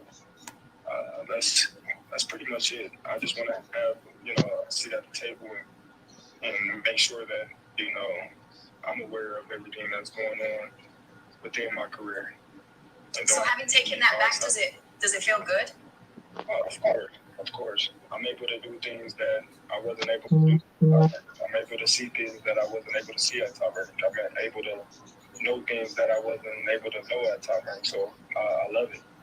So if you were advising young up-and-coming fighters how to manage your career, what would your advice be in terms of signing with a big promotional company versus trying to keep that control for yourself? A lot of people need a little, a helping hand, a little boost when they get their feet off the ground. And I always say that by far, Top Rank is the best promotional company out there, by far, hands down. They build the most champions. They promoted the biggest fighters and best fighters in the history of the sport. So they got a long, extensive history of building champions into Hall of Famers. To start your career, that would be a great move. But then, branch off once you get to a certain point in your career where you can make moves and understand the business and, do it yourself. Is that because no one's ever going to take care of you the way you're going to take care of you? That's a fact. Nobody's ever going to, look out for your interests if it don't, benefit them at some point. So the fights on BLK Prime, right? The truth is they've never done boxing at this kind of level before. You said on your IG live that BLK Prime is the new wave. Why do you say that? It's a new company. Everybody calling, everybody want to know about BLK Prime. This is the start of something new, where fighters get to be in on all the negotiations, and fighters get to see everything that's coming in, and it's not all about the promoters. It's just a different platform. It's kind of like when Golden Boy started up. How successful they was. How the Zone, when they started up, they were successful. How PBC started up, they were successful. So when you look at all those new promotional companies and new people that got into boxing, it just jumped off. It was the new wave. So break that down for me, though. Does that mean that their intention is not to make deals with promotional companies? They just want to work directly with a fighter and therefore pass on more of the benefit to you guys? Like, is that what they're trying to do? For sure. They're just They want to basically, work with the fighter and make the best and the most money for the fighter, fighting the best fights. So, instead of the promoters taking all the money from the sponsorships, from, the ticket sales and whatnot, they want to help the fighters out and basically give them a platform where they can learn as well. So are you hoping that this would be like a longer term home for you, or are you just taking it fight by fight, see how this one goes, and then you'll make a decision? Yeah, for sure. I'm just taking it fight by fight, and, build a relationship with BLK Prime and, see where everything else take me. When it's a network like this, right, that's just launching, it's pretty unknown in terms of being a streaming service, right? So just truthfully, it's probably going to be hard to get the awareness where you would maybe want it to be, to get the buys to be where you would want it to be. You kind of braced for that, for the views not to hit like crazy numbers, and then people to kind of use that against you and say, see, I told you shouldn't have fought him, blah, blah, blah, blah, blah. Is that what you're expecting?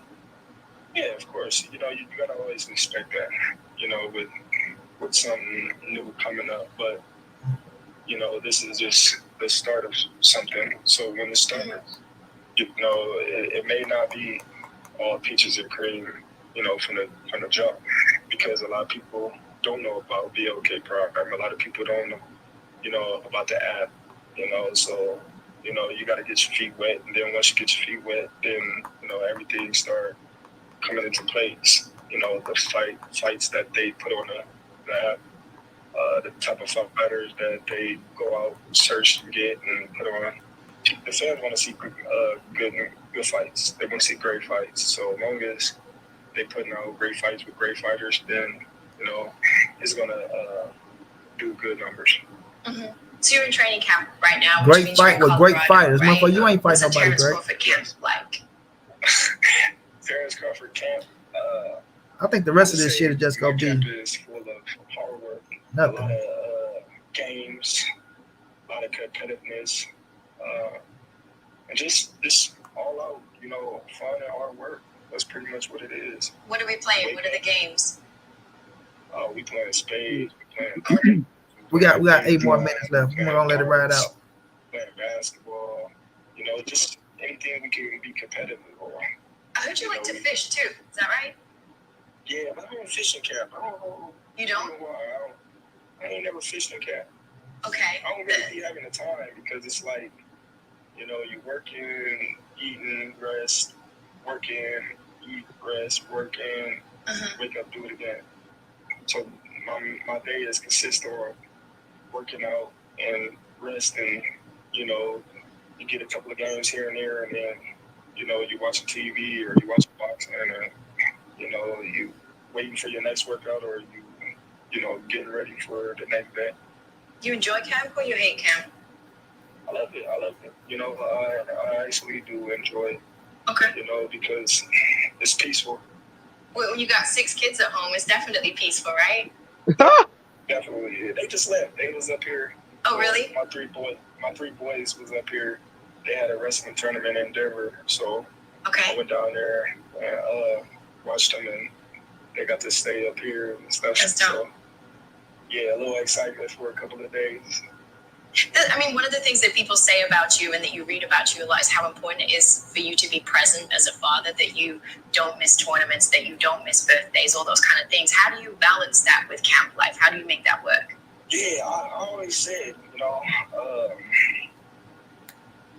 as a young kid, where my father wasn't at none of my birthdays, none of the holidays, and nothing I could really remember he was at a couple of my fights and whatnot. I always thrived on,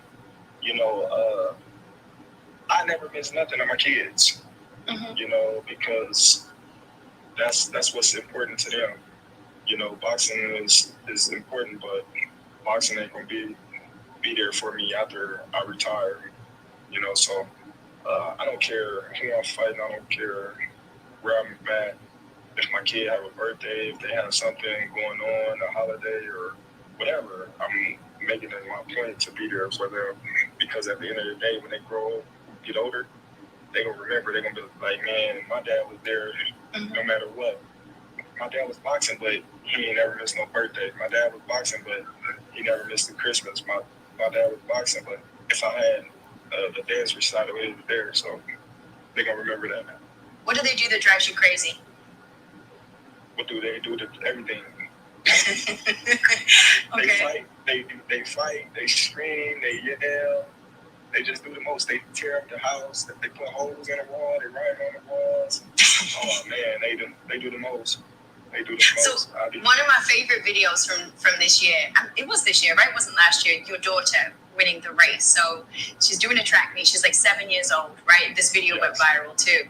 The gun sounds for the race to start. She goes out to start the race. She comes out of her shoe. She turns around. She picks up her shoe. She's miles behind at this point, and she just starts running. And she runs this incredible bend, and she catches all the girls in the home straight, and she ends up winning the race. It was a brilliant video. It was very cool to see like the character that she displayed in that moment. That kind of relentlessness, is that something that you've like instilled in them because that's something that you have in you, or is that just genetic? Is that just how they are? Like, what is it with your kids? Do you teach them that purposely? I think it's just genetics, and then the will of me telling them never give up. Mm-hmm. My daughter, she's an athlete. My boys, they get mad because, I always use her. When I be like, man, watch this. I bet you can't do more push-ups than my daughter. And she had like 40 like real push-ups, like a do-boo, like up, down. And then, the boys there they be trying to compete with her, but they can't, do as many push-ups as her, and, they always get jealous and stuff like that. But yeah, my kids, they just blessed with genetics. They all athletes. They all, dance and do sports. And, I'm just blessed to be in a position that I am to be their father. Amen. That's cool. So going back to camp, obviously you're somebody who you got a big family around you, so you're used to kind of encouraging people, supporting people, right? It seems like that's something that you do in boxing too. People are very aware of your relationship with Shakur, with Keyshawn Davis. And I heard that in camp, it's not like you have to be an elite fighter to be brought into your camp. Like you'll bring kind of random people into camp. Is that right? Yeah, for sure.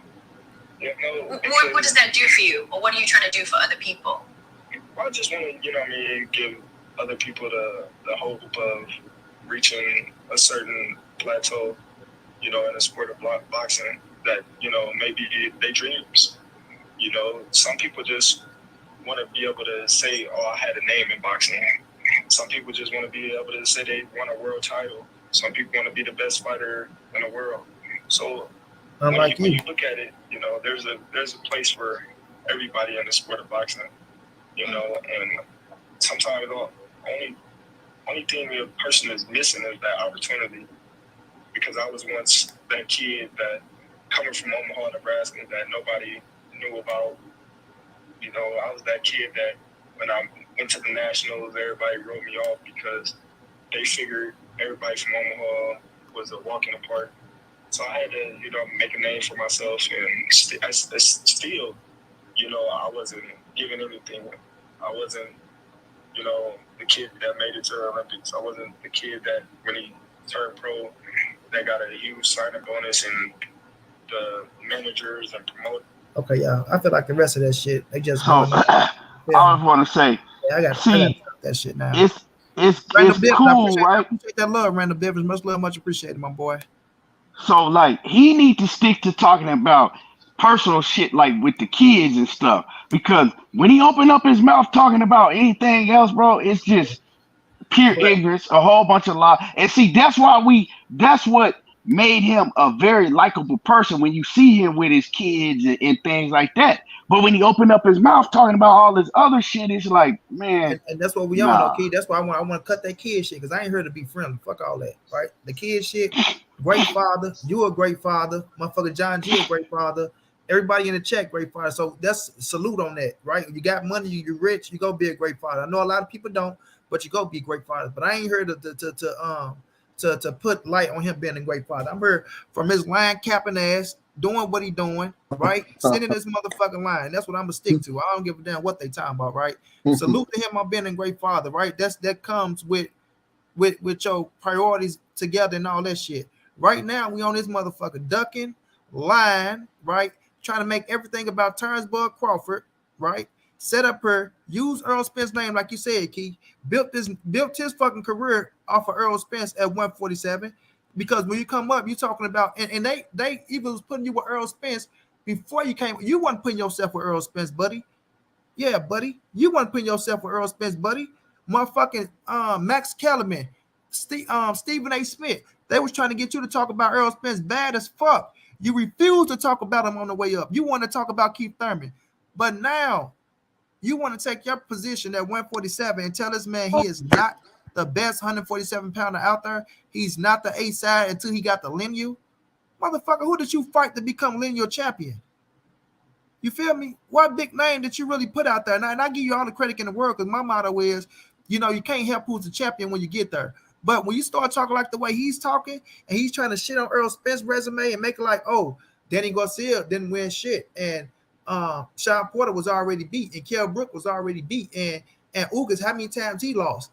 But you want to go up here because you beat motherfucking Sean Porter. That's the biggest name on your resume, right? That was already beat. Kell Brook, who was already beat. Like he say, you talking about Amir Khan, this motherfucker, he got punched in the nuts and quit, as he say. So you really didn't even, that fight didn't even go on long enough to even have a fucking fight. Period, bro. Then you had your opportunity to fight this motherfucker and you bagged out. You say to much, you did everything you had to do and you got everything you had to get and you still didn't sign that fucking contract. So when we look at Bernie talk that bullshit, we see where he get it from. We see you get it from him. We try to talk about what about the legacy now? Do your homework. Nobody wanted to become undisputed until Terence Crawford became undisputed. Motherfucker, you didn't want to come undisputed until you seen Julius and Dongo had 2 titles. Get the fuck out of here, bro. You got an opportunity because if I ask everybody right now, which one is way better? You beat Errol Spence for undisputed or you beat Julius and Dongo for undisputed? Motherfucker, that's night and day. As you try to talk about shit being night and day. You beat Errol Spence. It's the best thing you've done in your entire career, bro. That would be the best thing you've done in your entire career, especially for undisputed, bro. Let's cut it out. That's going to be what you're known for when you go to the motherfucking Hall of Fame. That's going to be the stamp, the icing on the cake. That's what you need. Like you told Andre Ward, you need that signature win. And Errol Spence is the signature win, right? Now, everybody pick you to lose against Kell Brook. Everybody pick you to lose against motherfucking Sean Porter when you was the favorite. You was the favorite. Facts. Like this dude just be running his mouth, bro. Like that shit is mind blowing. Like Key say, that dude started to irritate the fuck out you when he get to talking about certain shit, bro. You don't even want to listen to him talk when he get to talking, fam. Like, and that's crazy. That's crazy. I could have swore. Tell 1,000,001 fucking lies, bro. Yeah, I could have swore he said that Kell Brook was a signature win. Sean Porter was a signature win, but then he gonna discredit him when it comes to Errol. Man, the boy's fucking delusional, fam. Hey, we know he ain't got it all upstairs. Hey, did y'all watch that? Did y'all see the Max Kellerman interview he did?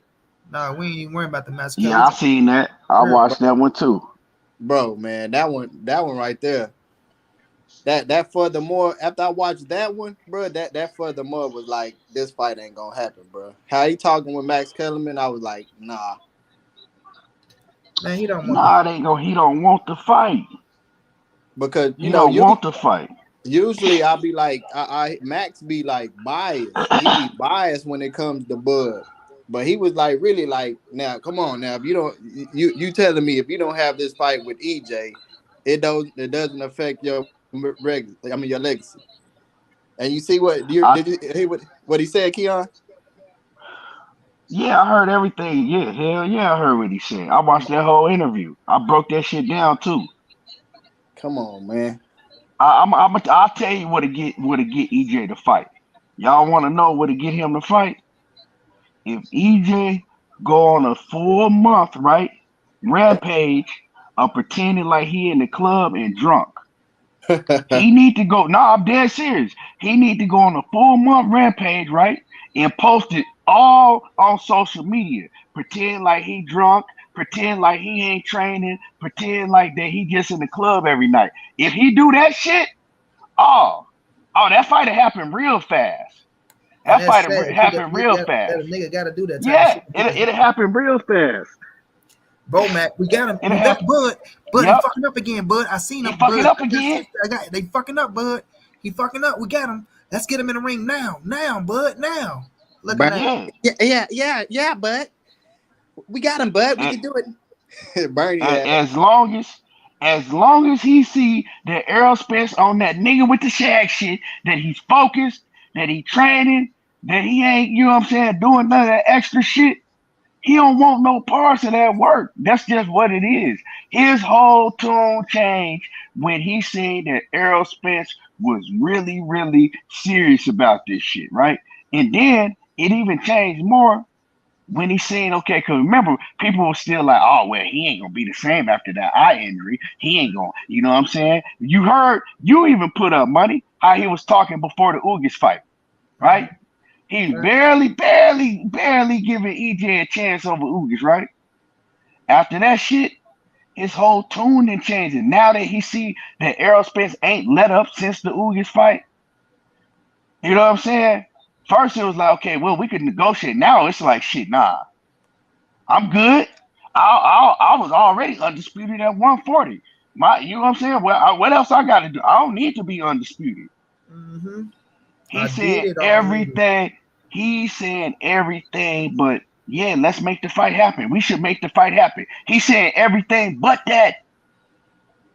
Everything but that. Dude, strike out everything he asked for as well. Like, even that's why I say we call Bernie ass, bro. Or they ain't want to get a man what he asked for, and then they want to give it to him when he fit to leave. And man, get the fuck out of here with that weak ass shit. You set up and snitched that man out and said, oh, you know, we were 2 steps ahead. You know, we playing chess. So we did what we had to do. Like, he never wanted to fight, bro. He wanted this shit to happen like it is now. And they thought this shit was going to help him sell that shitty ass fight that he had going on. Let's act like we want to fight this nigga. We going to come up with the narrative that he's ducking us. They don't want to fight. We go use motherfucking PBC and say it's this, that, and the third. And that way people can come back and say, well, they can have that fight with motherfucker David Albanesian. Errol Spence didn't want to fight him. That's why he never wanted to fight nobody else at 147, bro. Like, they act like they want to fight Errol Spence, like they can just get away with ducking everybody else, fight all these motherfucking low-level opponents, and then keep using Errol Spence's name for he don't want to fight us, he don't want to fight us, and that person get them a pass to fight these motherfucking David Albanesians and shit like that. And these niggas really riding with that shit, that can go down. Oh, Errol Spence don't want to fight him. Earl Spence, okay, well, why you fight none of the other top-notch motherfuckers? And how come they keep telling Earl Spence to fight all the other top-notch motherfuckers, but ain't telling Bud to fight him? Come on, man. Make it make sense, bro. It's adding up on what the fuck they doing. They don't want to fight Earl. They want to feel like, oh, let's let him go through the ring with all these young killers, right? They want to bring up Virgil and Boots and Stanionis and motherfucking Keith. But when it come to him, this motherfucker fighting a David Albanesian, and they want, oh, well, he's number 5 in the WBO. He ain't shit. Because all them do is try bringing up a smoke the shit out of David Albanesian ass. Like, this shit is just, it's rhetorical, bro. Like, this shit don't even make no sense, fam.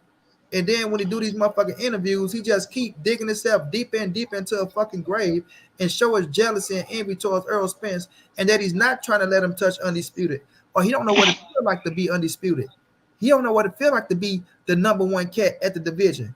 Motherfucker, you did that shit and you ran to 47. You ain't even try to fight the next motherfucker that was up and coming to defend that shit. Not once.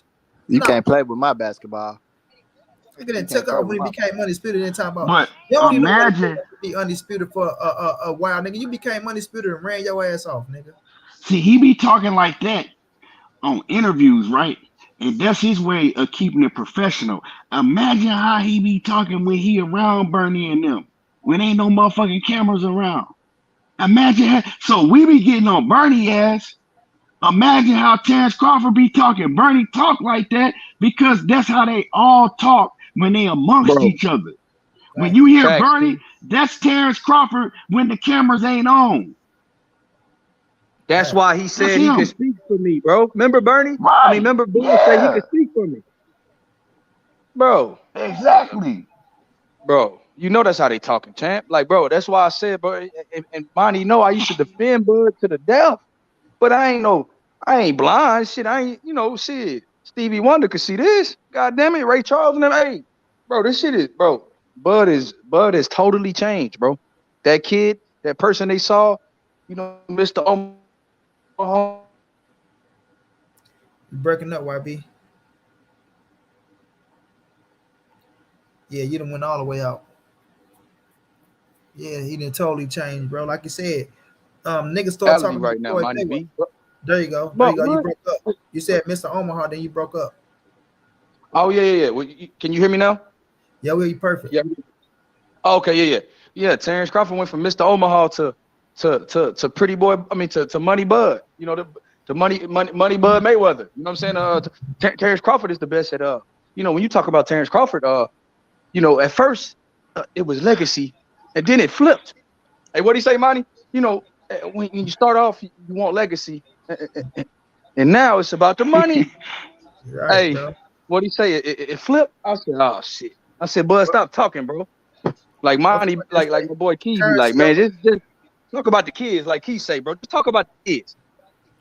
All right, nigga want to talk about she brought it up. I don't want to hear him talk about them damn kids. I want to hear his ass talk about getting that goddamn ring and making that goddamn fight happen.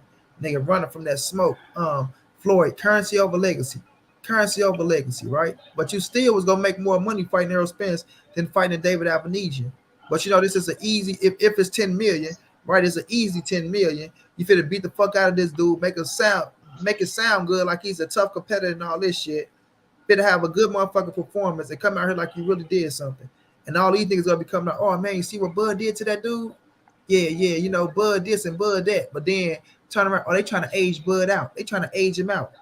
But this motherfucker just had the opportunity to fight right now. Got everything he asked for, agreed to the shit. So it ain't nothing you niggas can say.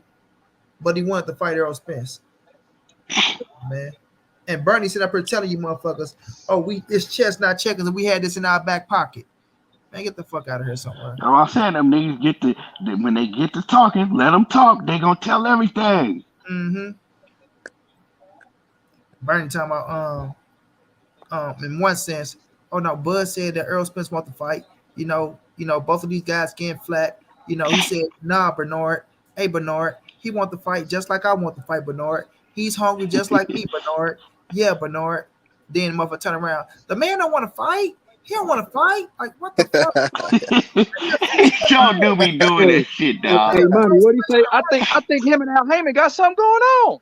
Yeah, him and Al Heyman, they have to have something going on. He man, word ass shit. The man wearing bangs and the man doing this, but you the one every time your face in the camera smiling from ear to ear like a little bitch.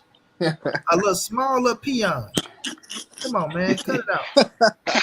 For real. Nigga got that one goal in his motherfucking mouth, smiling from ear to ear. Soft voice ass nigga. You want to talk about somebody like a peon? Y'all little funny bunny ass. Fun size. He don't want to fight. Yeah, fun size ass nigga. He fun size for these niggas. Boy, EJ the boogeyman. EJ got three boys. Shit, yeah. Come on, man. Keep it real, fam. Nigga don't want that smoke, bro. We heard this nigga on interview after interview trying to promote this shit. Don't even talk about BLK. Don't say shit about BLK. This nigga on a whole Earl Smith Smearing campaign and then say, oh, well, He ain't say not one thing about David Avenesian in that motherfucker in that interview, bro. Not one. Shit about, I got a tough opponent coming up and David Avenesian and this and that. Look, he having fun because he finna beat the shit out of this dude, bro. Knowing he finna beat the shit out of this dude. You feel me?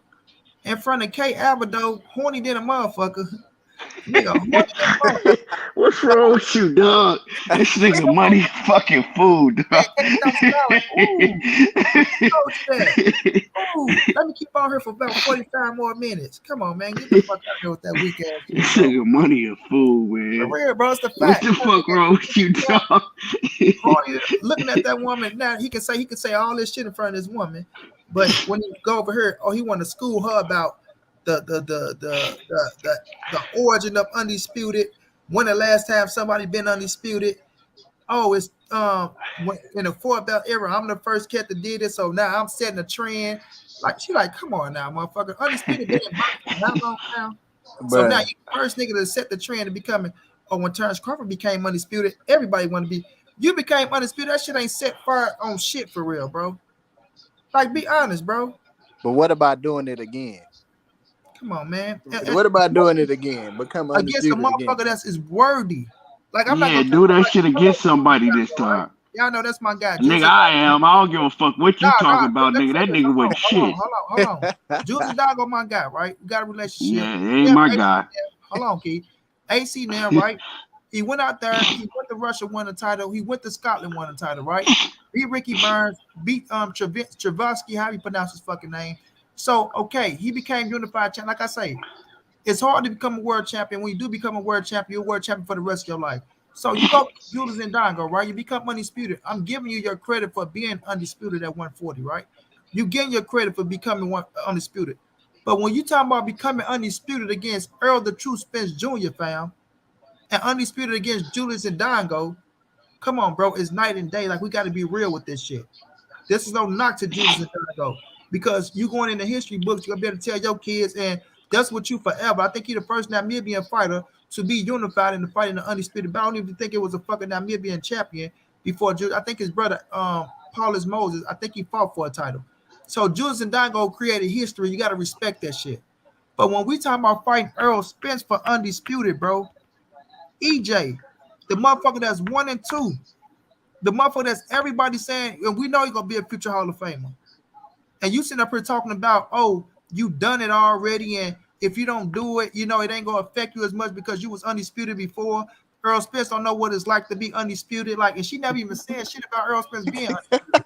It just shows you, bro. You know what I'm saying? The jealousy. Hey, y'all hold it down. I got to piss, y'all. I just want to say that, with no disrespect to Julius and Dongo, you know what I'm saying? I don't got nothing against them. But we speaking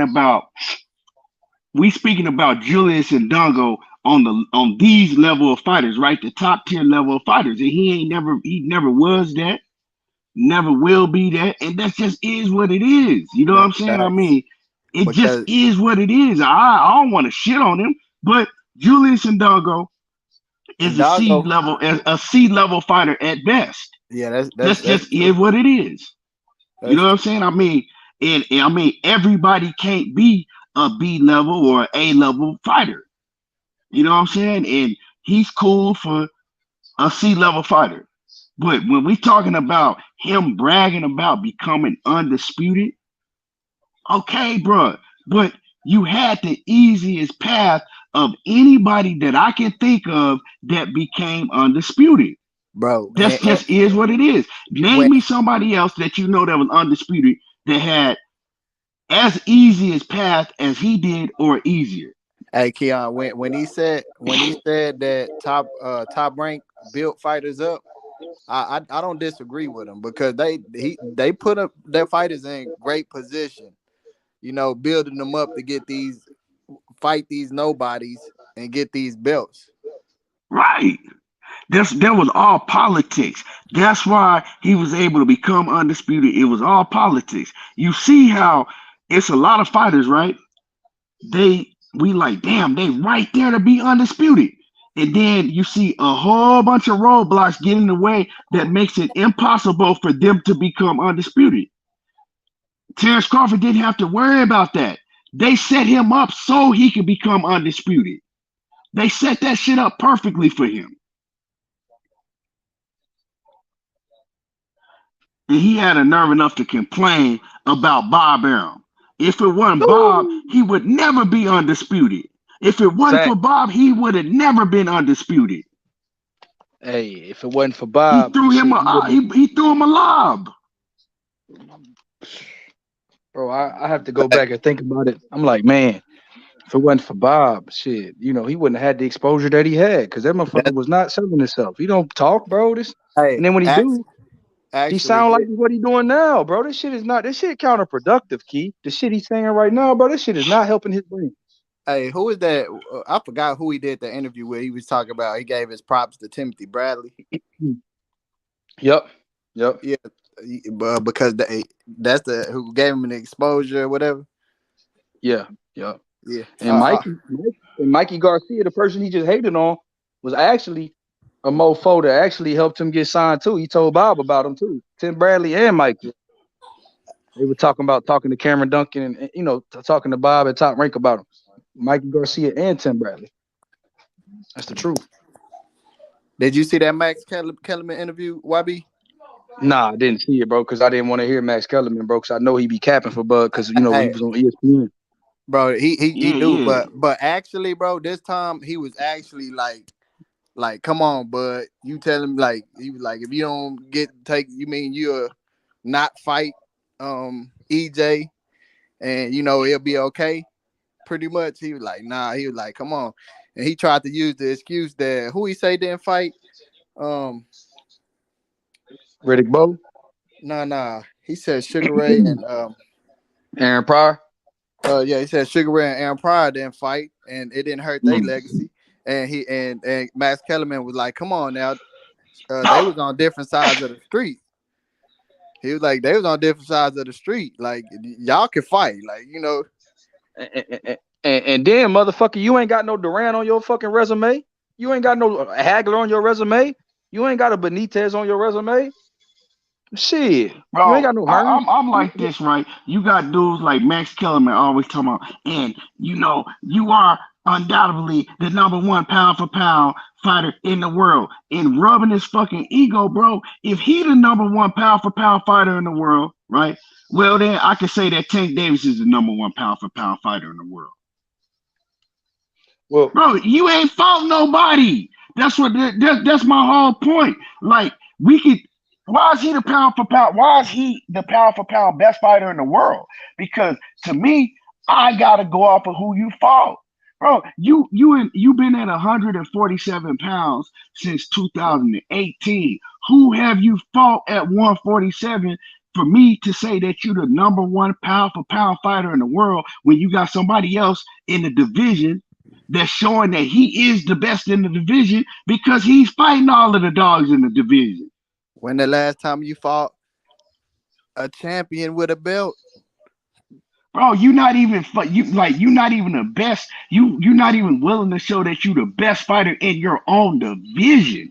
But we ran around here calling this nigga the best pound for pound fighter in the world. Make that shit make sense to me.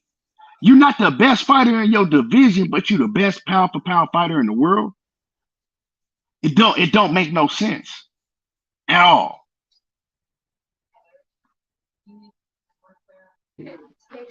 Y'all making some compelling ass points, bro. Cause Key, I do be having Bud on my pound for pound, like #1 and all that.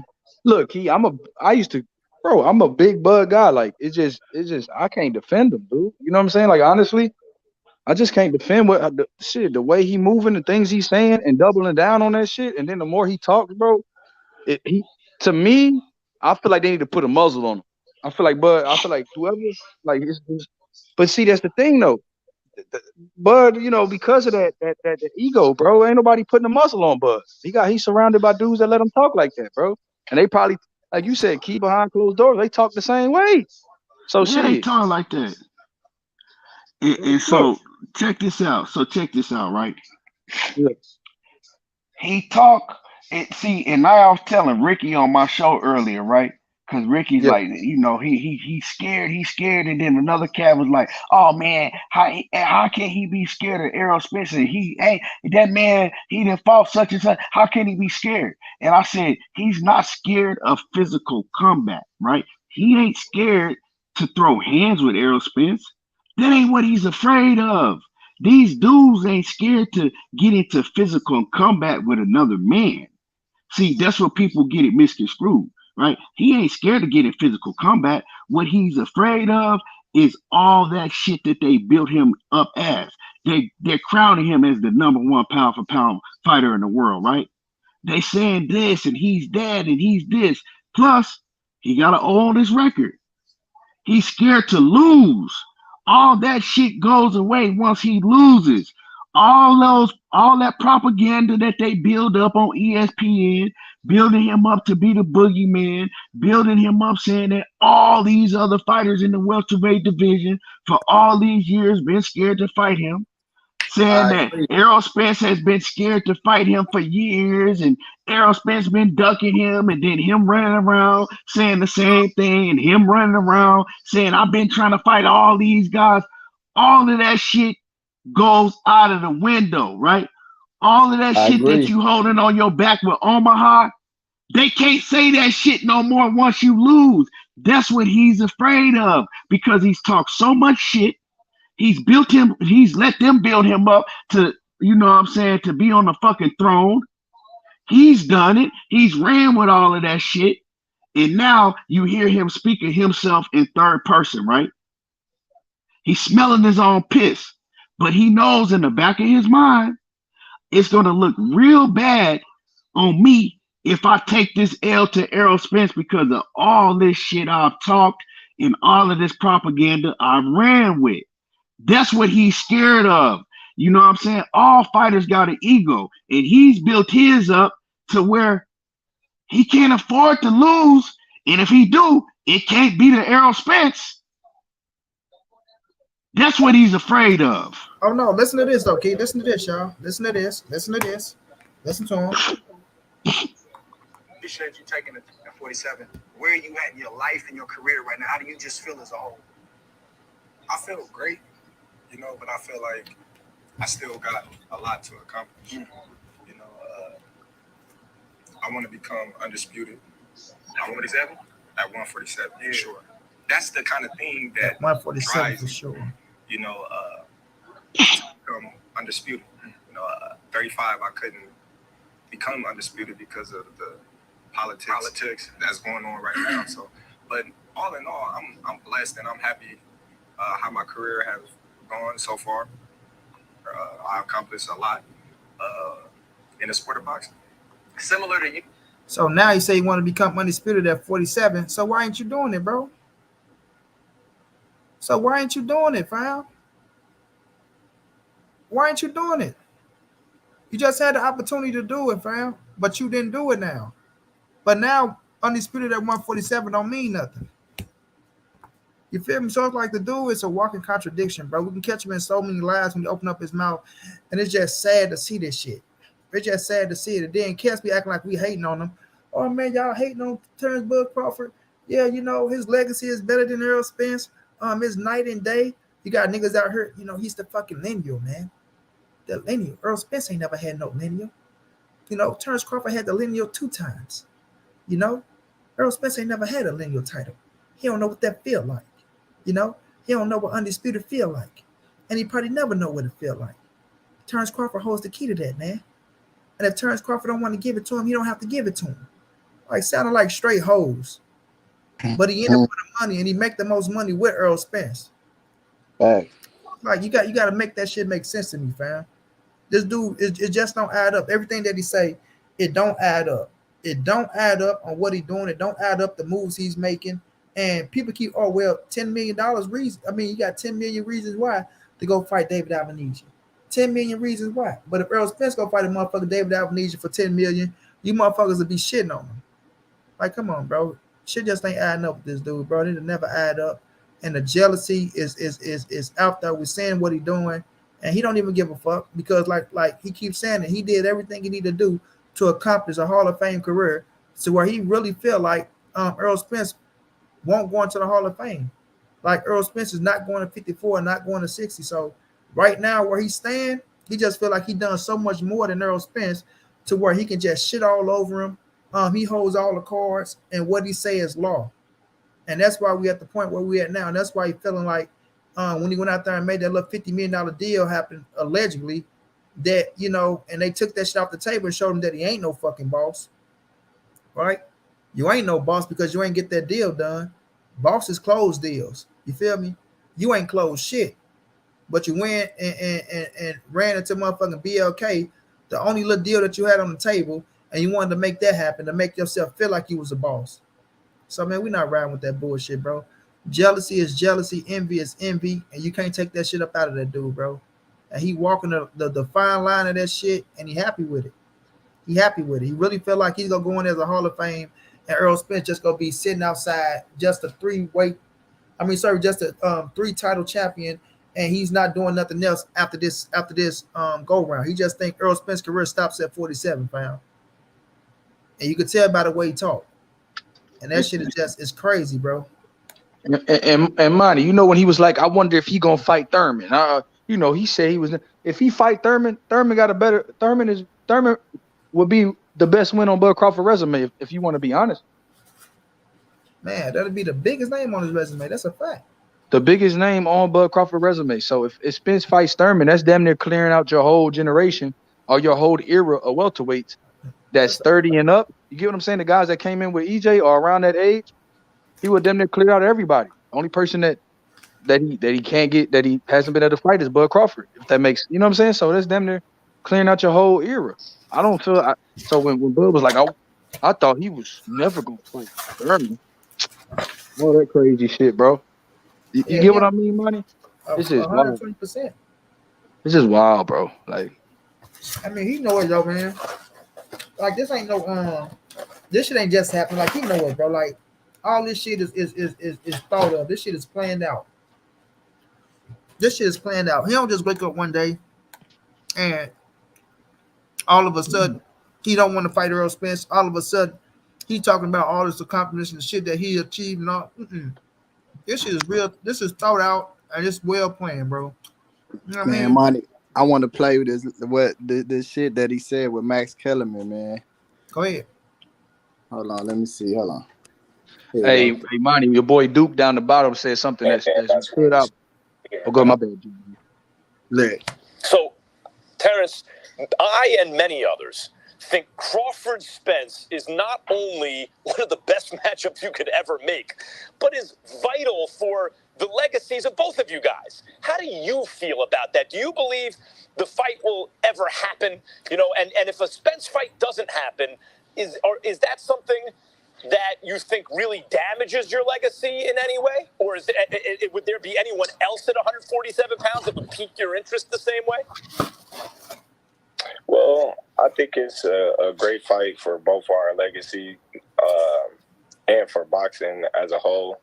But at the same time, you know, I think, you know, a lot of people is reaching when they say it's going to damage my legacy. You know, I'm a three-way world champion. I'm a former undisputed world champion. You know, I've accomplished a lot in boxing, you know, so I really don't think it'll damage my legacy. You know, it just would go down as one of the biggest fights that never happened. When you look back at, you know, Sugar Ray Leonard versus Aaron Pryor, they never fought each other. And, you know, both of them is still considered two of the greatest fighters that Terence, fought. Terence, yes, that fight never happened. It would have been a really interesting fight. But Bud, when the dust settled, Sugar Ray was over here, Tommy Hearns was over there, and they got it on, right? Like, that happened. That's why he is Sugar Ray Leonard. It was a tough fight to win. It looked like he was going to lose. How do you beat Tommy Hearns? By the way, Errol Spence, long, rangy, southpaw, high work rate, good chin, can play defense when he wants to, a jab. How does Bud overcome that? Even if I think you should be favored in that fight and others, it has that same juice because the dust has settled, and there's Bud, and there's Errol Spence. You really mean to tell me right now that's not important to you to get that man in the ring? No. By no no means, am I not saying that it's not important to get that fight. Like I've been saying for years, that's the fight that I want. That's the fight that I've been trying to secure. That's the fight that the fans want to see. But at some point, only can do so much. I've been doing all that I can to try to get that fight, and I'm still the one to be blamed for not making the fight happen. So I'm gonna continue to try to get that fight done and sealed so everybody can see who's the best fighter in the world is. That's all I can do. All I can tell you, Bud, is from a fight fan's point of view, when I think of like the best things that I could see in this world, some of like the most sublime stuff, right? The stuff that makes life worth living as a fight fan.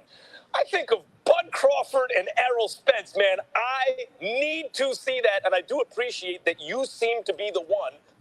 Yeah, man, that nigga was capping on there too, man. Bro, it just shows you how ignorant he is that he named Sugar Ray Leonard and Aaron Pryor when everybody know that Sugar Ray Leonard got a gang of other legacy fights. He fought Duran. He fought Tommy Hearns. He fought Roberto Duran. He fought Benitez. He fought Hagler. And then you go to Aaron Pryor. He fought Alexis Arguello. Like those guys have a bunch of other legacy fights to where we remember them. You don't have none of those fights. But dude, bro, he ain't cut too tight upstairs. He already coming with the excuse. He already setting the excuse down, the platform down to where he's pretty much saying that he's not gonna take this goddamn fight. That the other greats in the past has did it, so I can do it. Yeah, he's doing everything he can to make excuses for himself to why he shouldn't have to fight Errol Spence. Mm-hmm. That's all. It's everything but, okay, this is why we should make the fight happen. This is why I think the fight should happen. You ain't heard him say nothing about that. That's why when people say, oh, man, the fight gonna happen, it's common sense, people. The fight's gonna happen in 2023. Well, right. You can't make that. You can't put that man in the ring. You can't motherfucking. What you gonna do? Duct tape that man and throw him in the ring and make him fight EJ? You can't push him in the pool. He holding on to everything. Gotta break his motherfucking legs and carry him in the ring. For real. So I come down to the point though, bro. Like when we looking at Terence Crawford, like you say, Key, he's gonna find every excuse and anything. He trying to be as logical as he can, sounding as stupid as a motherfucker, and Max them still not really holding his feet to the fire. When you say you done everything to make the fight happen, everything else in what, bud? Right? Why did you sign a contract if you wanted to fight that bad? You really wanted to fight. You say you accepted everything, bro. Like I just need them to ask his ass, why didn't you sign a contract, man? You accepted everything. Why didn't you sign a contract? Like, you can't just sit up and say you accepted everything, but ain't no buts behind it, fam. Anything after but is bullshit. We know that. You know what I'm saying? So you didn't really want the smoke, and now you happy as fuck. And like nobody is even like every fucking interview he go on, Key, YB, John G, they're not even asking his ass about the motherfucking David Avenesian kid because they know what he about to do to him. Like that's common sense. They don't even speak about this motherfucker, right? They get straight to the motherfucking meat and potatoes on this motherfucking ass and want to know why. Errol Spence, bro. You attach your name to that man so much. Now, that's all they got to ask you about is Errol Spence, and now you getting a little irritated, but you're trying to keep your composure. You feel me? You're trying to keep your composure, but you attach your name to that man so much, and you wanted him so bad, 4 or 5 years, all this shit, that's all a fucking lie, and then you finally get your opportunity, bro. You finally get your opportunity and you don't do shit. You make up all excuses in the world and you want to make it look like these people don't want to pay you no money, right? When they're doing the best they can to put you in the best position to make as much money as you could off the fight. And you still, you know what I'm saying, trying to drive a hard bargain and you still trying to make up excuses and blame the other side. First you blame first you blame Spence, then you blame his team. Then you don't blame the team, but then you blame Spence. Like, man, you don't know what the fuck you want to say, man. Just double-minded than a motherfucker.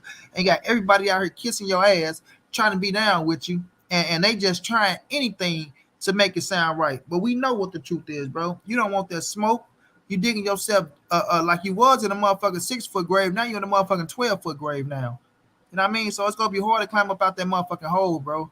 If you don't fight, well, we know that shit ain't happen. So it's gonna be hard for you to climb yourself up out that hole. And you out here trying to big up BLK. You know, they doing this for fighters, so fighters don't have to deal with the promoters. Bitch, that's what PBC been doing. The fuck is you talking about? PBC been X'd out the promoters and made you become your own fucking promoter and taught you the business. You know what I mean? And teach you about the back end money. But you don't want to learn about that shit. You want to stay your ass over at motherfucking Top Rank, and then you want to, you know, Top Rank is the best thing to go to. So basically, you know, stick with them until they build you up, and then take off on them. Like, why the fuck would they want to build you up? Like, come over here, let us build you up, and then just let you take off on us. What type of shit is that? Come on, man. You just showing what type of snake ass dude you is, fam. Like real, like listen to him, bro. Oh, go over the Top Rank. Right, they go build you up, do everything you got to do, use them, become hot, and then say, fuck Bob Aaron. You know what I'm saying? Fuck you, Bob. We just use you to get to where we get to. And now we gone. Once it's time to make the big fights and get the big money, go out there and do it on your own. Don't get Bob a dime. Just use him as a starting kit. Like, who the fuck you think Bob Aaron is? That's why Bob be locking you niggas in. I see why Bob do what he do to you niggas. And I don't blame him. You feel me, Key? I see why Bob do what he do to these niggas, bro. Because he see the game before the game is even out there, motherfucker. He's smarter than you motherfuckers. You think I'm going to let y'all come over here, build y'all fucking name up, take all my money, using my platform, using all my resources to make you a high commodity, and then let you run out the motherfucking door and go make the motherfucking, the big 8 figures and Floyd Mayweather case, the big 9-figure deals, and I don't get a piece of it? Now y'all got Bob Aaron fucked up. I make you motherfuckers a champion. You motherfuckers gonna be. You got to fight for me for 3 more years, motherfuckers. That got me fucked up. Motherfucker off. I don't blame Bob on these stupid ass niggas. Just go over there, you know, use Bob for all this shit, and then take off on him. Man, please get the fuck out of here. That's the case. Just do it on your own from the beginning. Sean Clark, what's going down? Didn't they adjust the contract to his liking? Big facts. I know I keep saying it, but I did everything I can. Sound like he don't want EJ to spin the block. Exactly, Sean. Sean, they gave everything he asked for, bro. They gave Bernie even came out. They want to give him, they want to get a man everything he asked for. And when a man shaking and baking, when a man say he finna leave and go fight somebody else, now they want to get a man everything he asked for. Well, why the man ain't tell him he was fighting somebody else at first and then hurry up and speed up the process? That's why you'd have had transparency with them people and let them know, look, man, over here, fam. So if y'all really want this motherfucking fight, y'all need to come on with it. You feel me? I'm finna go fight this motherfucker for this X, Y, and Z. Come on with that Breggie, or come on with the motherfucking numbers that I want to see. Otherwise, I'm out the door. But he ain't want to do that shit because he knew what he was doing. Come on, man. We ain't stupid, bro. You can pull that wool over other people's eyes, not us. Hell yeah, Sean Clark.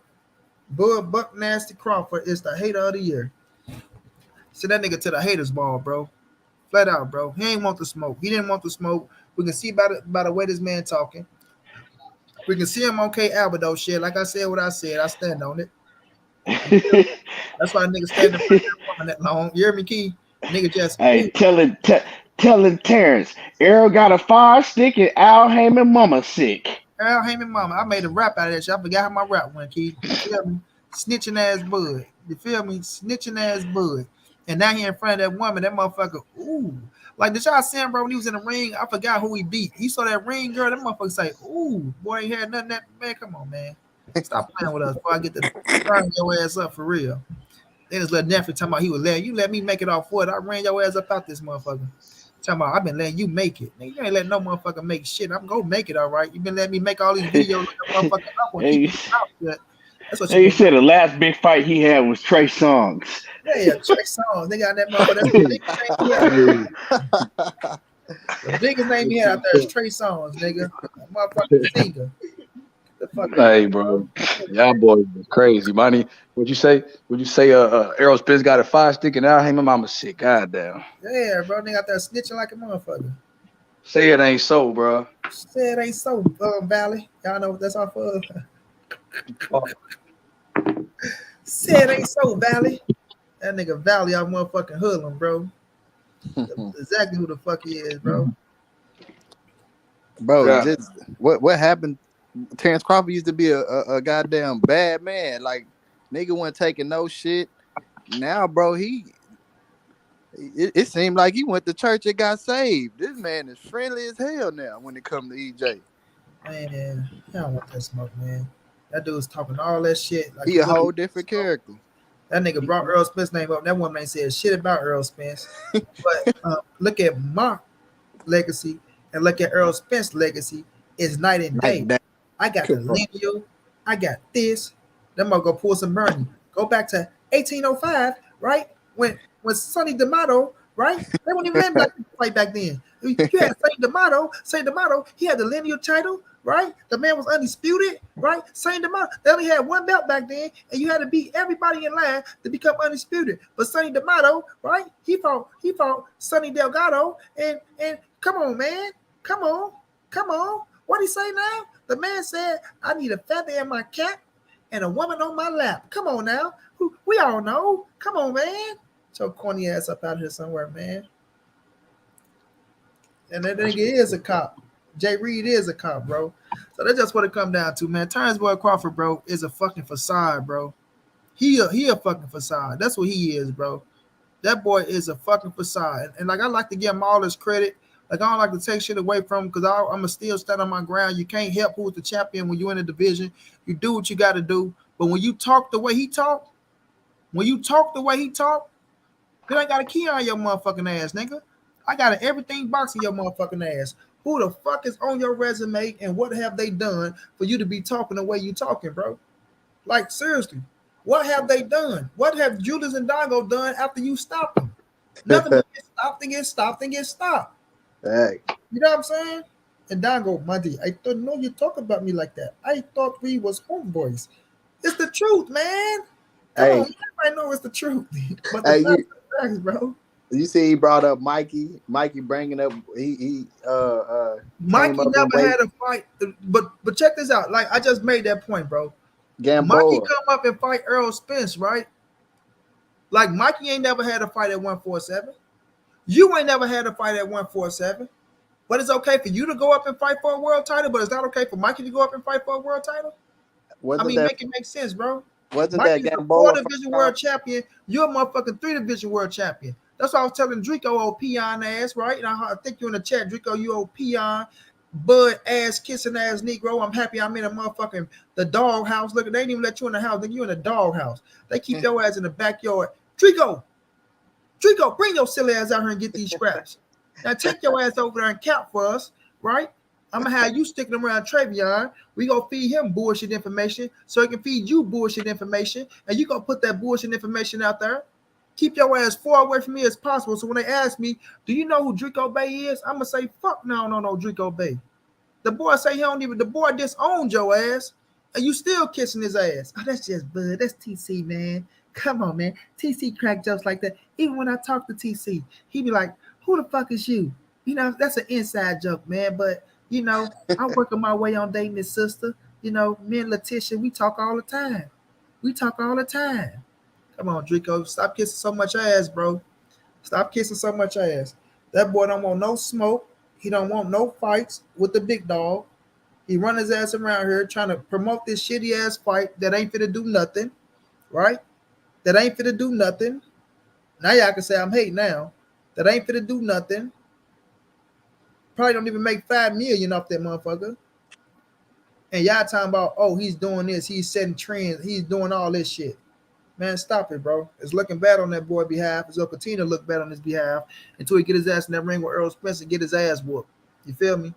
And when he get his ass whooped, it's going to fuck up. Like, let's be real. Every time Errol Spence beat somebody, fam, it fucked their morale up. It fucked their confidence up. He beat Kell Brook. Kell Brook went into depression mode. He went into drinking. These are facts. I'm not just talking. Mikey Garcia, he whooped his ass. That boy started drinking. He went into depression mode. He made Sean Porter want to retire. Then he Garcia didn't know what the fuck his career was after Errol Spence whooped his ass, right? Yeah, Dennis Ugas, he was pissing and crying blood when he got done with his ass. But Ugas keeping it real, though. You know what I'm saying? So we see why he don't want to get in that ring with Errol Spence. Once Errol Spence beat his ass and break that motherfucking rib cage and snatch that motherfucking eyeball out his head, right? He ain't gonna. Oh, was I really good as you said I was, Bo Mac? Bo Mac, you told me I was the best, Bo Mac. You told me he couldn't fuck with me. He was straight up and down. And that boy went out there and chew your motherfucking ass up. I'm gonna say this shit. I'm gonna say this shit. Let me find out y'all niggas buying that Terence Crawford shit on BLK Prime and ain't donating to these channels and shit. Let me find out. Facts. You feel me? Ain't showing money, be no goddamn love out here. Let me find out y'all ain't donating, but motherfucking subscribing and buying that BLK Prime bullshit. Then I see niggas, you let up on the panel, you go over somewhere else, they showing nothing but love. Nothing but love. But they get over here. They don't want to donate. They ain't donating. They ain't rocking out with your boy. They phony, man. They phony. That's what they is. They phony. Phony as baloney, man. I thought my hot boys, we don't move like that, man. Come on now. Do your research, man. 1968, man. 1968. Now, we had two times. Oh, yeah. You heard what that boy said about me, Key? You know I'm finna grill his motherfucking ass. Nah, I ain't hear it. I heard it. Yeah, I heard that shit. Yeah, nigga talking about I'm lying and that boy got 17,000 views. You was playing it earlier. Yeah. What the boy say, Key? He got 17,000 views. 17,000 views. I had to hit the unsubscribe. What the fuck you say? I took the notification off, man. Nigga listening right now. Sitting right there listening right now. Every motherfucking thing we said. All motherfucking 2 hours and 30 minutes. Nigga be talking about me listening to you. Lying motherfuckers. Lying like a summer bitch. Man, what did I say? You better hold it before you vote. Nah, that's when you talking about Keith Thurman right there, where he's giving Errol Spence credit. You know, these gonna be all videos. Making up all the Whitney Williams clips. Gonna be all videos. All videos. They coming, Bernie. They coming. You think bringing heat is telling lies? You think bringing heat is telling lies? That fella montray-brown, that fella be telling nothing but lies. Today I turned off my notification. I don't want to hear nothing that man had to say. I don't want to hear nothing that he had to say. But like I said, I'm gonna be honest. I don't care. You can go wherever you want. But he put up some nonsense. That man had 17,000 views. 17,000. I didn't even want to click on what he said. 17,000 views. 17. I know it was a lie. Yeah. I know everything he said was a total fabrication. But he got 17,000 views off of something like that. Off a lie. Off a Wendy Williams clip. You understand? So like I say. You ain't brought your ass over here and click that link not one time. Like I say, yeah, bring your ass over here and challenge it then, nigga. If it's a Wendy Williams clip, bring your corny ass over here and challenge it. Because, nigga, you just contradicting yourself up and down, left and right, and all around. Yeah, I talked to the kid. The kid told me that, you know what? Bernard, Bernard, he want to fight. Errol Spence want to fight as bad as I do. And, we got to get the kid his credit. The kid is a hell of a fighter, man. Hell of a fighter. The kid, he going there, he mow you down. All right, but, it is what it is. So, like I said, I was talking to the kid, and I asked him, he said, it's a lot of controversy going on, why the fight ain't happening. And, both of them getting a lot of flack. And, Errol Spence getting a lot of flack. And he said, no, it ain't him. But I said, no, it ain't him. He said, Errol Spence wants to fight super bad, too. He said, this guy wants me just as bad as I want him, He want to prove he the best, too. So, I know it ain't him. And, so what we've been having going on, we had, what they say in the entries, they don't tell Bernard shit. Oh, Bernard be over there guessing his ass off. He don't know what the fuck going on. Lying his mother. Oh, I said the man accepted everything. I had to rephrase that. I said he verbally said it. He didn't sign nothing. So I had to come back and I had to, that's my bad. Nigga, you just like Travion. They keep both of y'all ass in the dark. Both of y'all talking motherfucker. They don't want neither one of you niggas to know what's going down. You motherfuckers go tell it all. Snitching motherfuckers. Travion came out. He done snitched his uncle out and shit. Knowing damn well he done fucked up. He ain't getting them new J's. You ain't getting them new J's. Go sit your little ass right in the corner where you belong. Shut up and dribble that basketball, motherfucker. That's all you do is go play basketball. Don't talk about no boxing at all. You soft crybaby motherfucker. You got punched in the stomach and you ran out the ring. You ain't want nothing to do with the boxing gloves. So we put a basketball in your hand. Stick to the basketball. Hey, one say I'm going to the fight. Got my shit off Finger Hut. Buy one, get one free. Ain't nothing wrong with that. Ain't nothing wrong with that at all. You feel me? So yeah, man. It just come down to this, y'all. We gonna see after Bud with this fight. We gonna see Errol Spence next move. A lot of people keep saying it's Keith Thurman. We don't know who it is, man. Until he come out and put a motherfucking stamp on it and sign a contract. That's who we fight. Then we don't know. We don't know. We just got to wait and see. The man might just say, "Fuck it, I'm going to 54. I'm not gonna waste my time at 47 no more because I'm not gonna be able to fight this motherfucker for undisputed. So why put myself through the grinder and come on down and have to do this shit? Huh, Keith Thurman, you take this title, bitch, and you go fight the next man up, which is look like his Virgil Ortiz or Jerron Boots Ennis. You go fight one of them motherfuckers or Stanley Owners or something if you want to become world champion. And I'm going up to 54 to start my legacy up there. You know, I'm not gonna waste my time. So we'll see. We'll see. You feel me? But EJ just liked my post on Insta. So you know, we just gonna keep doing what we doing, man. We gonna keep doing what we doing, man. Let's see what the fuck you just like. What the fuck I put out? Oh, that's what I like. Yeah. Well, I put this out there. I don't care how strong and fast that boy is. He can't fuck with Errol Spence Jr. All you flip-flopping ass supporters, I see y'all. Hashtag no half stepping. You feel me? Yeah, man. Yeah, man. Yeah, man. Yeah, man. Yeah, man. Well, shit, money. I'm fit to go and get out of here, man. I gotta get up. I'm wrapping it up. I'm finna get last words right now, bro. I'm up out of here too. I gotta get some food in my goddamn system. I'm over here eating motherfucking bread and water. Yeah, man. As always, bro, just keep cooking. You know, Bud on the menu until the menu change. And it ain't changed yet, bro.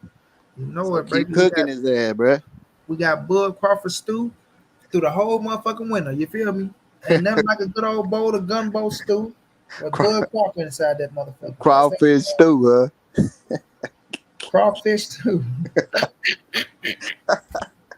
Thank you, bro. We got crawfish stew for the whole fucking winter time.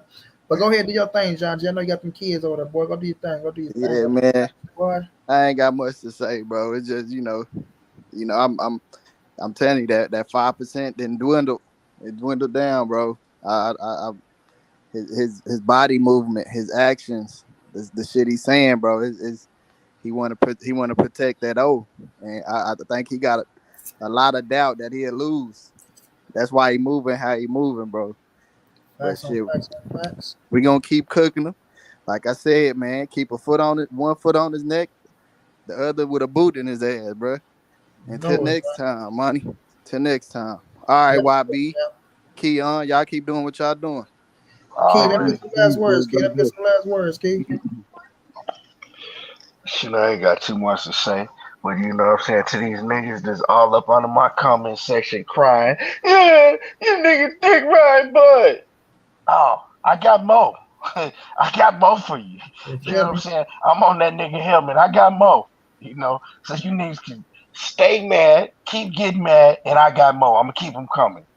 Yeah, we got more to come for us, I told him, boy, it's all winter.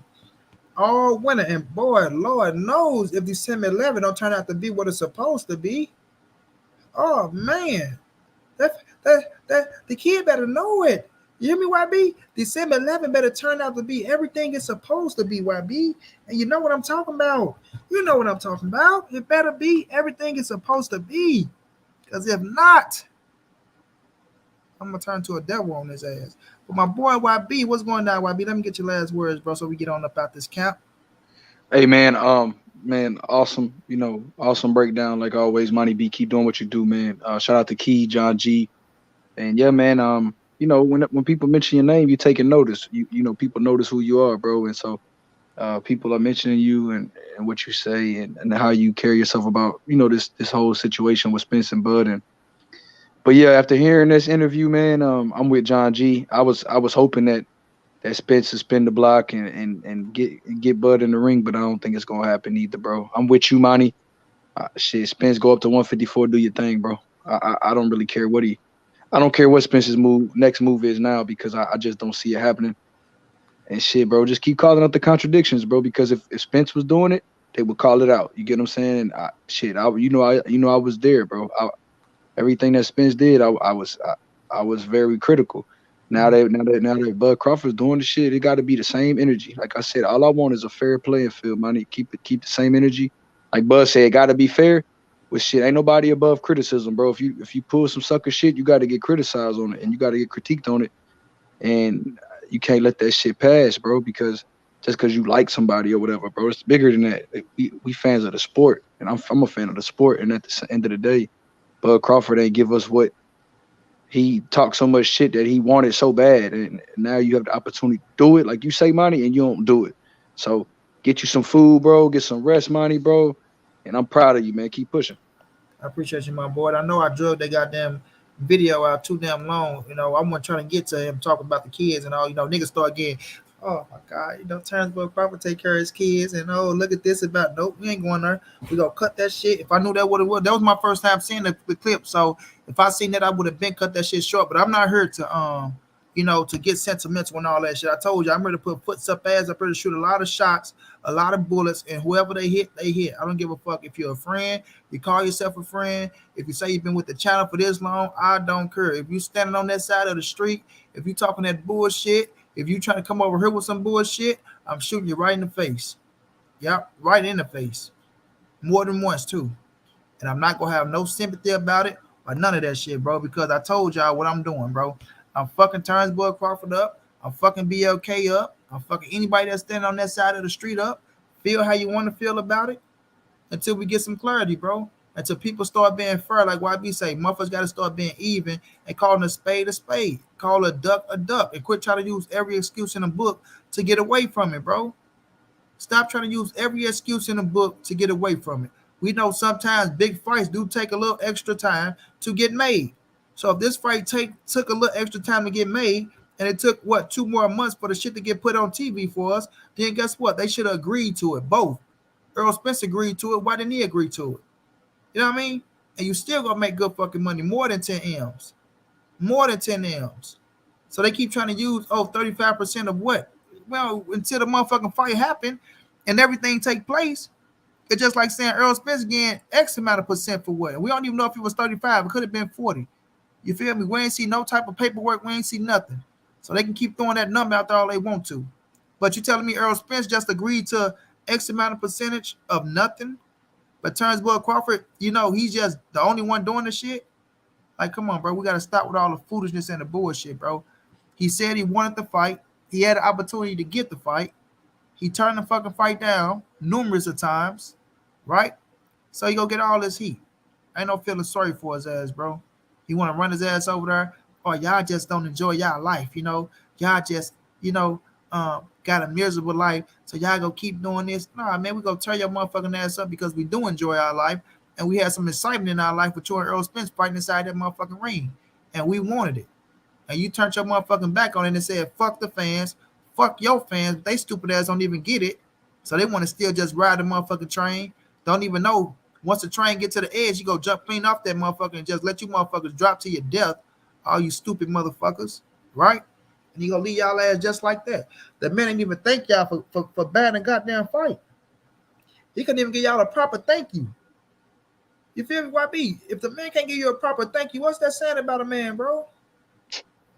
Let's keep it real, bro. What Buzz say? If you don't watch, you a hater, and if you do, it is what it is. Support it is what it is, bro. If you do, it is what it is, bro. Bro, Bud has got. Thank you, fam. He got too big for his britches, bro. I'm telling you the truth, money. Facts, bro. That's, you see him. He talking like Mayweather, bro.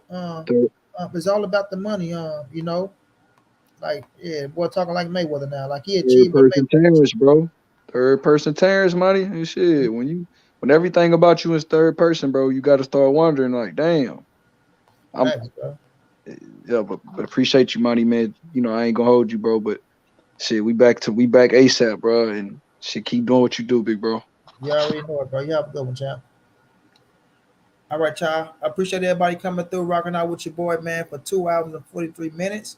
I'm sorry, y'all, if that video clip, was a little long. I know y'all was like we want to hear you niggas cook. We don't want to keep hearing this nigga talk about this.